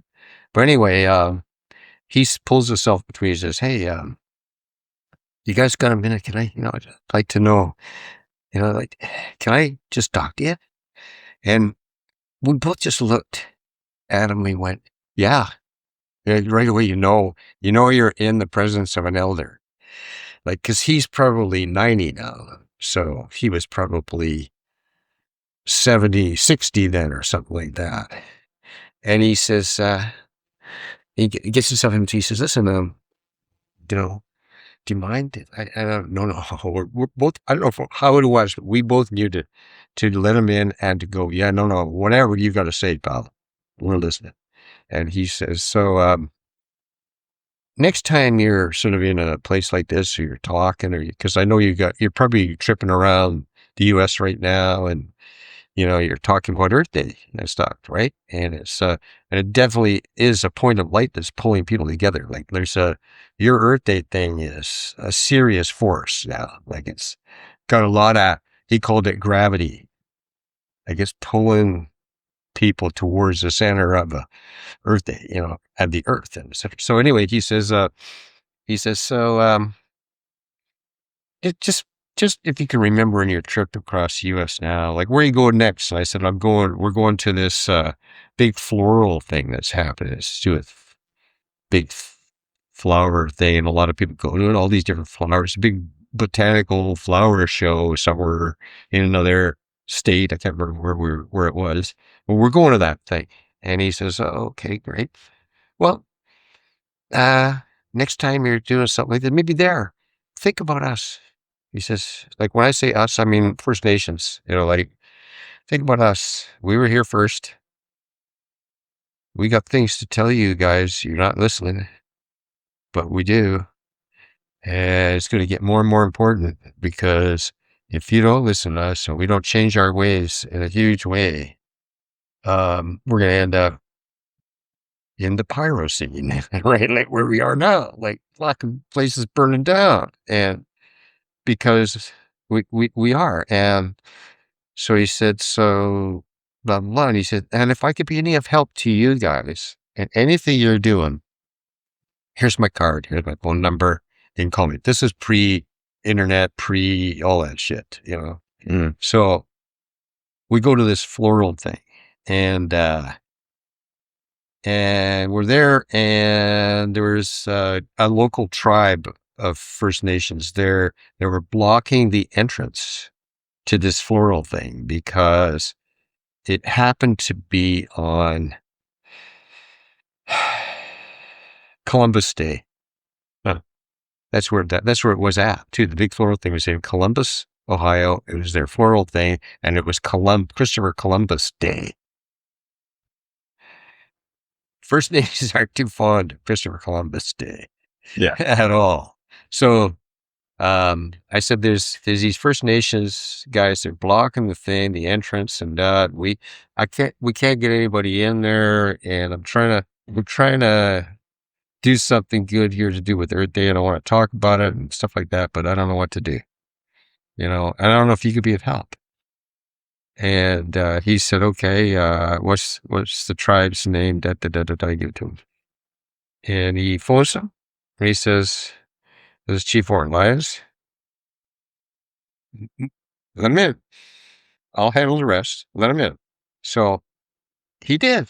And just one phone call from him, they all did it. And it was just an incredible moment that I get teary-eyed about it, because I always get teary-eyed about people who have been downtrodden and deserve better and have got some wisdom and goodness about them, and they're being ignored and that sort of stuff. That always upsets me. And even talking about it still upsets me. And so they cleared out of the way, and the thing went well. Warren Lyons came, talked to everybody. I got to talk about Earth Day and what we were trying to do and what we were trying to make happen. We had to be very careful with Earth Day that we're on no political side. We're not left, we're not right, we're ahead. That's what I was sorry. We're ahead. We're thinking ahead about what's going on. So that worked out really great. And I'm no, incredible philosopher, great guy. I'm just good at talking. And I think that got Earth Day a long way. And I was kind of like the first person to really go in it, because what happened was that because Earth Day was pictured in people's minds when Dennis Hayes and Gaylord Nelson started it, and then it started to move as an international thing, they kind of saw it as an American thing. So China and the USSR, not fucking interested, because it's an American. So all of a sudden it's in Canadian hands. And at that times, we had great friends in China. We had great friends in the USSR. Like Canada, nobody had any truck with Canada. They saw us as a great place, great people.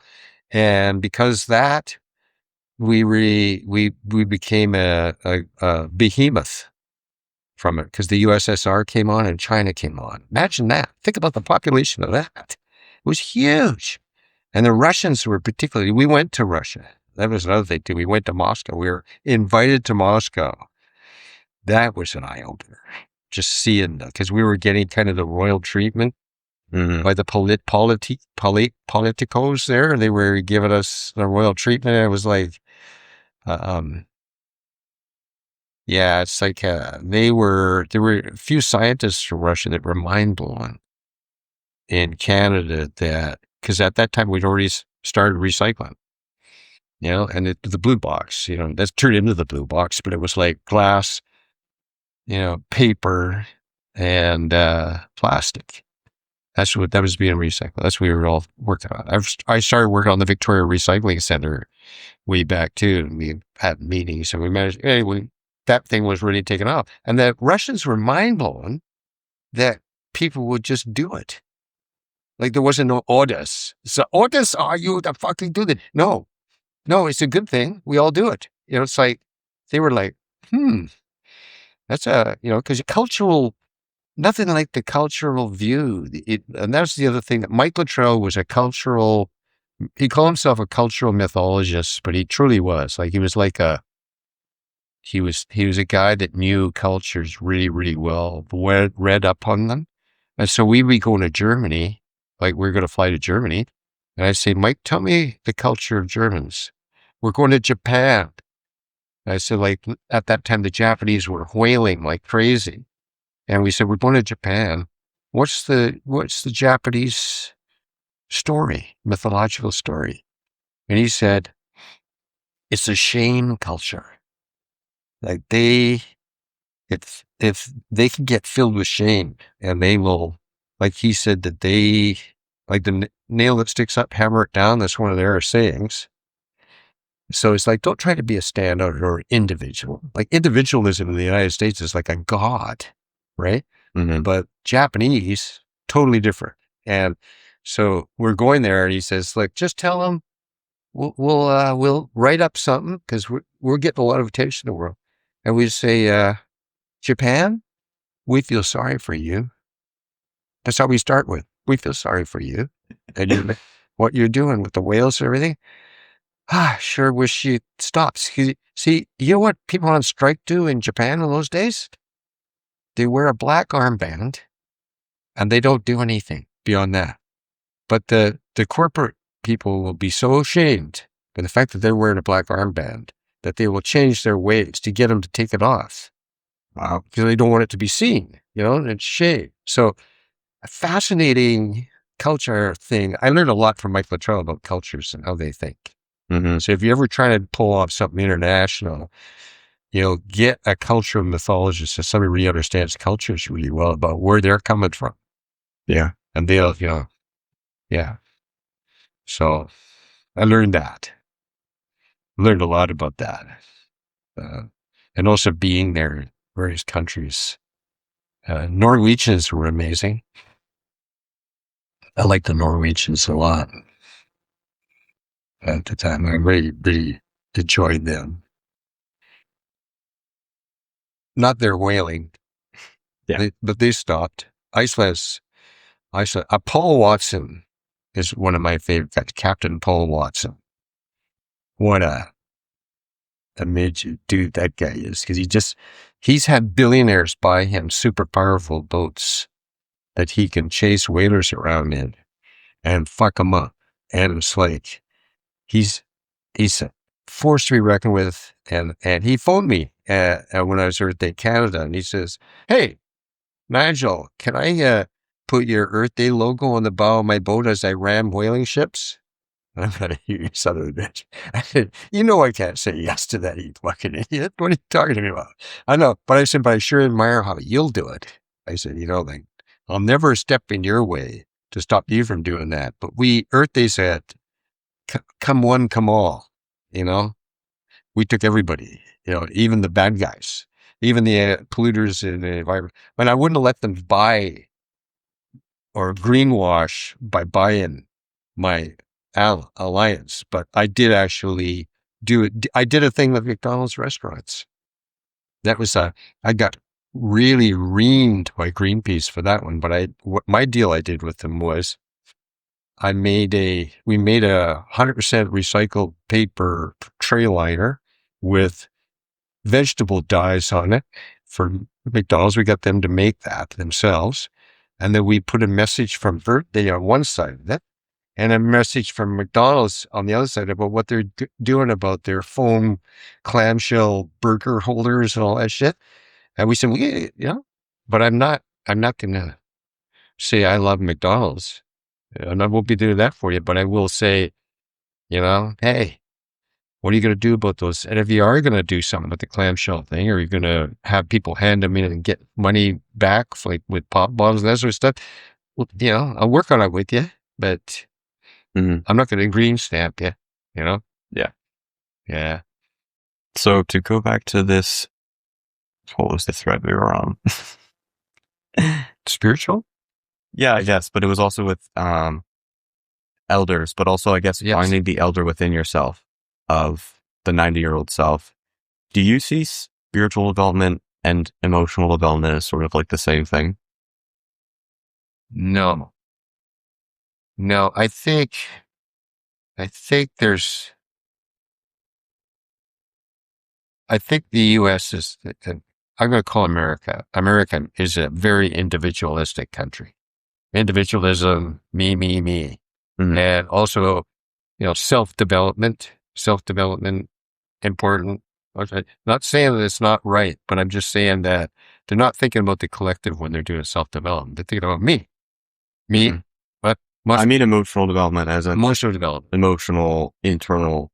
Oh, Oh, well, how? Like emotional attunement, maybe. Tell me what. Not self-development. How would you do it? Like, okay, attunement. Like, How I'm feeling. you mentioned how the state of peace, the state of the wish fulfilled thing is Right. like an emotional state. Right.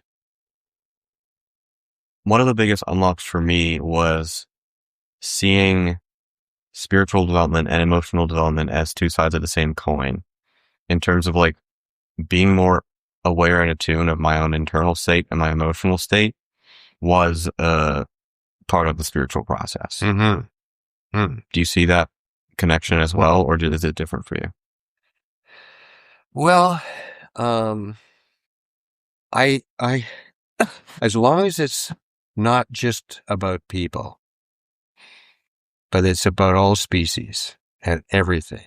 It's not like a lot of people have these sort of thoughts, but it's about they're just simply human being thought, like people improving people. But what about the bees? What about the bees? What about all the rest of these beings that we're sharing this planet with that we're fucking up by doing this, that, or the other? We're like, if you drive across, when I was a kid, we would drive from here all the way to Winnipeg, Manitoba, and go to my girlfriend's summer house. And in those days, the windshield of the car was just splattered with insects. Now, you get almost no insect splatter at all if you do that because there's way less of them. But the thinking that you're talking about is reserved for humans and mammals, but it's not reserved for insects or what we're doing there and how we're like. It's just like there has to be a holistic thought about the whole of life, the life energy of everything, and it's like, I guess I meant more personally. Yeah. Okay. Like for you. For me personally. Like, do you see your own emotional development as similar or connected to your spiritual development? Yeah. But if you ask, I get what you're saying with life. If you ask my partner, my lady, questions about me, she would find all sorts of faults and things that I'm not up on, like where I'm missing out, like, and so, I think if you ask me those sort of questions, I might be into some kind of special talk about myself or self-aggrandizement or something like that. Mm. And, but if you ask my woman, she'll be very straight up, boy. I'll tell you, she'll have a real grocery list of what I could brush up on to do with me. So it's sort of like, I would have to say, you might have to ask somebody else that's close to me about that. It's hard to speak objectively. It is. I'd say it's almost impossible unless you're the Dalai Lama or something, because I mean, that guy's great. To completely just pull yourself out of it. Yeah, you have to pull yourself out of it. And the best way to do that is actually, I mean, any guy talking about himself is great, but ask his woman what's he need to brush up on. She'll have a fucking good grocery list, and it'll be good. It'll be actually accurate. He may rail against it, but in a contemplative moment, he'll go, yeah, that's right. Yeah. So I think that I'm, I think I'm not a good person to ask about that because, I do try to do better. I try to make even at the store, like I'm looking at trying to do even more and better and faster than I have before and just still do it really impeccably well. That for me is a challenge. And I actually love that challenge because that's a measurable one too. Like I can walk, I'll even go in the store the next day to see what our sales were. Like, how'd it go? Because I have a gut feeling about how it's going. But is it going as good as, that sort of stuff. So it's like, I'm not a good measurer of my own performance, quite frankly. Yeah. And I think most people are not, really. Yeah. Yeah. But ask somebody that's close to them, especially if it's their woman, she'll be able to give a good list. Your mom probably loves the living bejesus out of you, but she probably also knows where Zach could brush up. Yeah. And she'd have a good list, probably even Jesus Christ's mother. But that's not him. Well, I don't know. I didn't like the way he. I do laugh about it too because they got a list. But mind you, don't ever talk about them in the way that they would talk about you. No, that's not a good. No, that's off. Don't say anything critical about them. It doesn't work too good. Yeah, you got to be more like, yeah, honey, I heard you. Say back to me what you heard. Okay, all right, right. And I'm going to work on that. And it's okay with me if you bring me up to speed on that too, because if I'm slipping, I've got you. Let me tell you what I think you said to me. Okay, I'm going to agree with you, and I'm going to try and improve here, there, and there. And it's okay with me if you go, nope, I think you're slipping again. That's good. And oh God, that's hard to do sometimes. Do you think? Yeah. Yeah. Do you think people get more optimistic as they grow older? Oh. I don't know. I wonder if that's more of an individualistic question than a collective question, because What about for you? My mother thought I was a ridiculous optimist, and my mother would still think that I'm a ridiculous optimist. That it's just absurd how optimistic you are. And she used to call me a tail wagger. Your tail's always going. You're happy, da da da da da, and that's great. But there's some areas where you really are slipping down on, and your optimism isn't actually helping you. So as I get older, am I more optimistic? No, I would say as this, now that we're in, quite obviously, I always thought I've had a very good nose for what's going on the zeitgeist collective level. And I'm looking around this pyro scene, fire weather that's going on everywhere. And I'm thinking, we are not doing well. And therefore, I'm not going to do well. You're not going to escape it. You can't escape this planet unless you're going to be, taking, what's his name, flight to Mars. To Mars, you might not get back from. It's like, I just, you go first there, buddy. Well, tell us how you're doing. But I just think you gotta,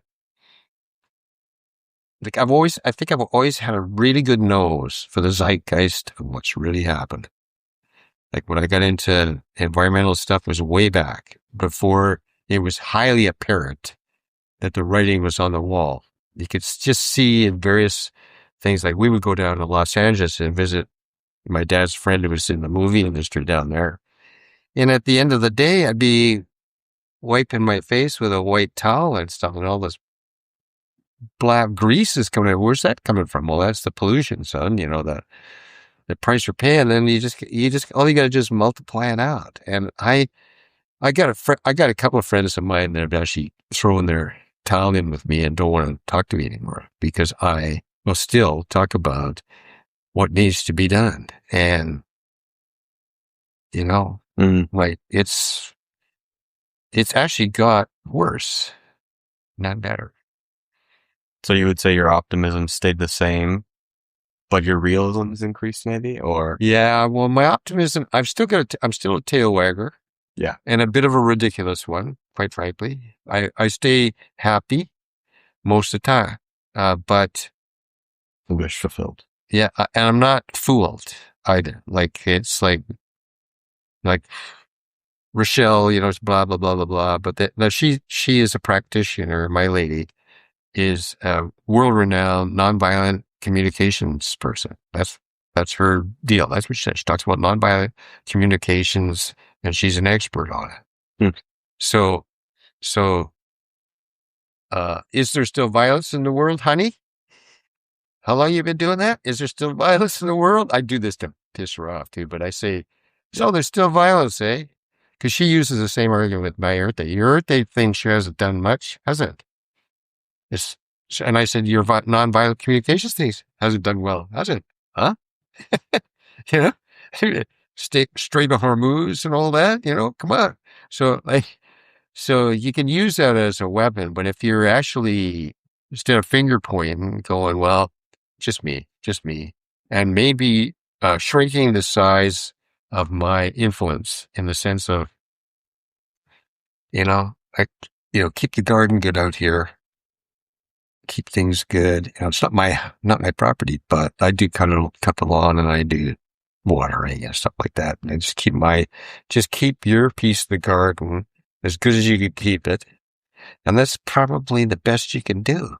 Your family, the garden, and a few people you love and love you. And that's it. I don't think, I had my brush with huge stuff, and if anybody was to say to me, and there is an addiction to it too. There's an addiction. I remember going and what did I do? Oh yeah. My office here in Victoria, I talked BC Telephone Company into giving me a building to work on. And I talked Apple Computers into giving me computers. And I just asked for favors and stuff. And people really fell in love with what I was trying to attempt. And they also loved my optimism. They like my tail wagging and we could do it. We could do it. Come on. We could do it. Cheerleading mostly. Yeah. And it worked. But if anybody's asked me from when I first started working on it to now, are things worse in the environment or better? And I say worse, much worse. You just got to look around, fire. It's worse. And that fire is actually putting more carbon dioxide into the air than anything. And it's even going to get more worse than this. Matter of fact, I'm not very optimistic about, I think famine is going to come to parts of North America that we never expected. I think that if I look at, the watermelons I'm trying to deal with now at Thrifty Foods versus a while back, the watermelons are in bad shape. There's the cantaloupes aren't as good shape as they used to be. Even the pineapple's not looking as good as it used to. And that's because of the super freaking hot summer that it's dealing with. And I think I'm not optimistic on that level, on an ultimate level. I think that when I see things actually turn around, but I don't see people saying, well, I don't think I'm going to fly to Hawaii and swim with the whales this winter because it puts too much carbon dioxide into the air, that flight. So I'm going to not do it. Even though others are doing it, I'm not doing it because it'd be good for me to go because of blah, blah, blah, blah. And but it's not good. Really not good. So ultimately, I'm not a tail's wagging less and less. And I'm also I'm going to be 76 in a month. So my dad lived to 86 and my mom lived to 86. So I got 10 years probably to live. I'm guessing somewhere around that. I think that my generation, or let's say the younger generation now, are probably going to find they don't, if we were to go into the future, we'll find out that they didn't live as long as we did. I think they'll live less time. I think there's going to be more famine. There's more shit in the food now. The food's not as good. The organic stuff looks worse and worse and worse at Thrifties. It's going to take a very strong spiritual practice of your own that's real and you're in it to be able to navigate the next 20 or 30 years. It is. So You don't have to agree with me on that. You can argue with me on it. Say, well, it's getting better here, it's getting better there. And there are places it's getting better. But ultimately, I don't think it is. I actually do think there's more reason to be optimistic, just because looking back at everything that humanity's been through, everything the planet's been through, I mean, what, like 90% of all species that have ever existed have gone extinct. Yes. We've been through ice ages. We've been through massive flooding. We've been through, I mean, we haven't been through meteor strikes, but the planet's been through it, and life survived through that. Yeah. Mass level extinction events. I think all the things you could imagine, all the wars that even just like humans have been through. Yeah. We're still here. And yeah, you could make the argument that with everything going on in the world, sure, maybe this time is different. But I feel like there's always been that argument of, no, this is the end of the world. This time is different, guys. It's really the end this time. I feel like that sort of doomerism has always been there, and humanity always persists. Mm-hmm.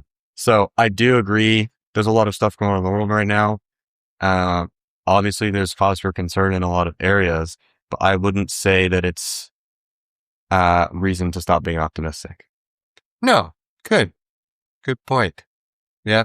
Keep the tail wagging. Exactly. Keep that tail wagging. Well, Nigel, this has been great. I have one final question for you. Yeah. What do you want to be asked about? Whoa. Wow.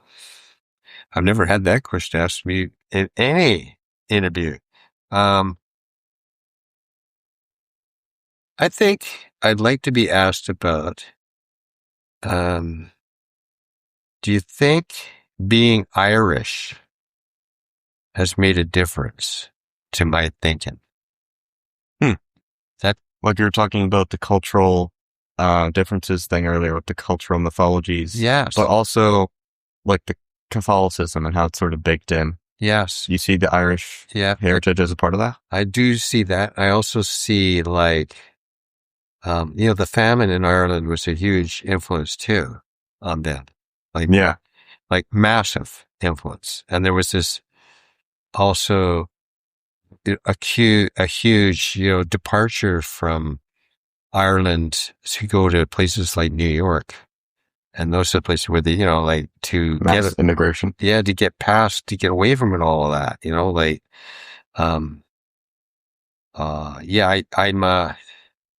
I'm also very interested in, like, my dad would ask my brother and me once in a while, usually at Sunday dinner, he'd say, "Now, boys, who's the greatest poet of the 20th century?" Well, you're supposed to say Yeats, but there'd be a good argument to say Yeats, like there may be nobody greater than Yeats writing in the English language as a poet at that time, or in the 20th century. I think probably most literatis of the world, no matter where they come from, would say Yeats.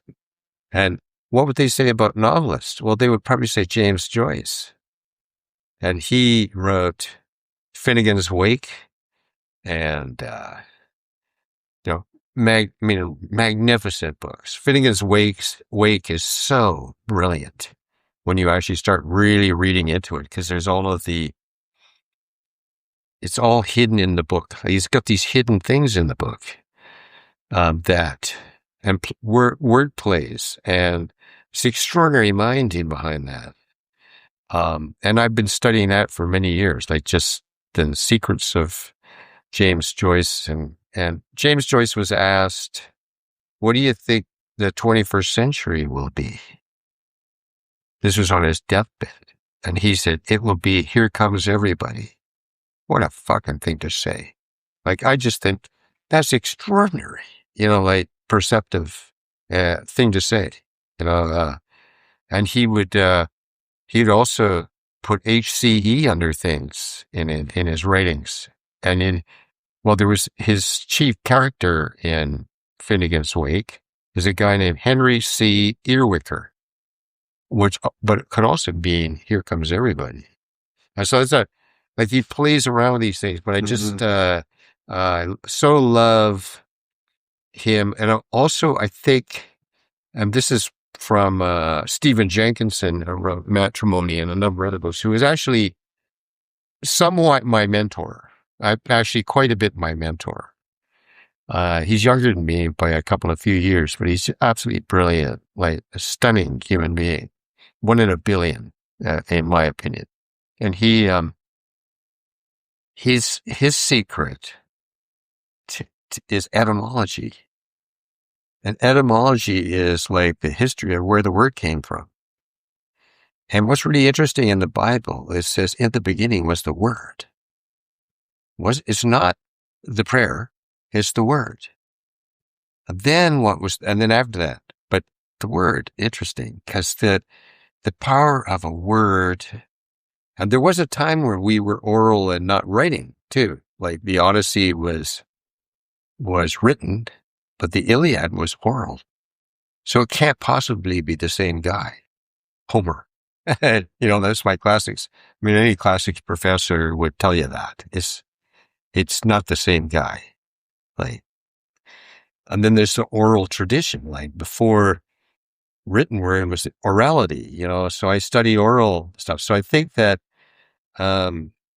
words are very powerful, very, very powerful, and be careful how you're using them. And so that's what I would like to be. I'd love a conversation about words, etymology, and what that does, in the world. And I'll also look at Rochelle and her nonviolent communication. Like, so, it's what people think too at the time you're saying something.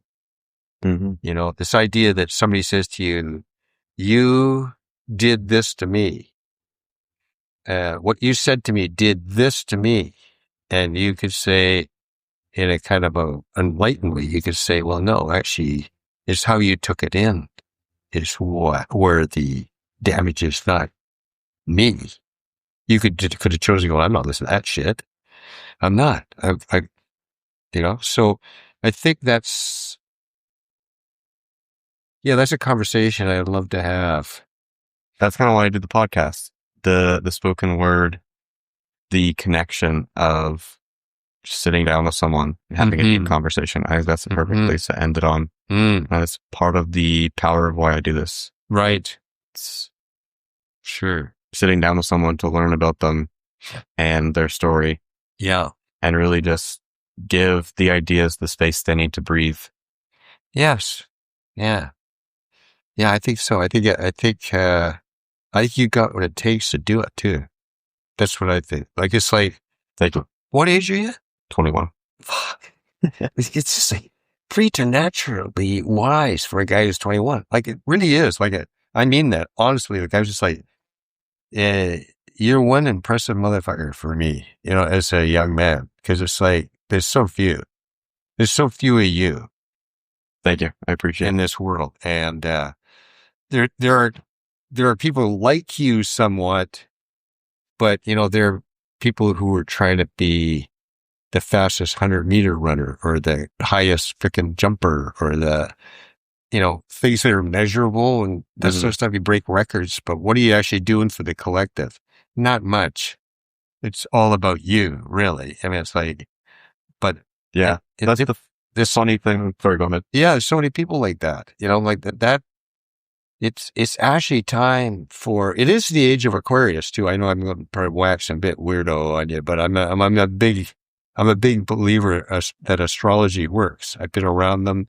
I've been around some of the world's greatest. My ex-wife was one of the greatest astrologers in the world. I had every major astrologer in the world in my house at one time or other. And I'd talk to these people. I went, boy, these guys. I do think there might be something in it. I just think the majority of the stuff that's out there is like, icky. Oh, yeah, it is. No, but there are some. There's a handful that are fucking amazing. And they are, they got their finger on what is happening and what's next. You see, like the age of Aquarius, which is, we're actually in it now. We're actually in the age of Aquarius now, finally. And so, and that is truly the collective. Like it's here comes everybody, and we better get it right. The funny paradox of the podcast is like, it's sort of all about me, but it's also completely not about me at all. Right. It's about I mean, the reason I do it is for the impact that I can provide by sharing the conversations with other people. Yes. And yeah, I'm sort of like the medium that the conversations happen through. Yeah. And I'm always here in every episode because I host the show and stuff, but I don't do it for me. No. I mean, I get stuff out of it, of course. Yes. But it's not for me. No, if what you're doing is bigger than you, that's great. And it'll bring people together, and it will be good for here comes everybody and everything that is alive, that's good for life. That's the real measure. Not how much money you're making or how many followers you got or how many people are giving you likes on your Facebook. Doesn't mean I've done anything that's fucking important, And I mean important in moving the needle away from total destruction of this planet and to something more positive, like move the needle that way. That's the key right now. And I think there are pressure points. They're the perfect places to put the pressure, to put the effort, because people will wake up to it. I admire you. You're a really fucking fascinating 21-year-old. My God. I don't run into people that are as stitched as well together as you are. And I don't know what that is. Is that because I appreciate it. Is that something to do with your upbringing, or is it something to do with, there must be something there too in your background, your mom, your dad, how that came about, and, how you got to where you are. It's not obviously you're a very principled guy and unusual. I'm not sure. It'd be hard to put my finger on it. Yeah. But thank you, Nigel. Yeah. Thank you. Great. All right.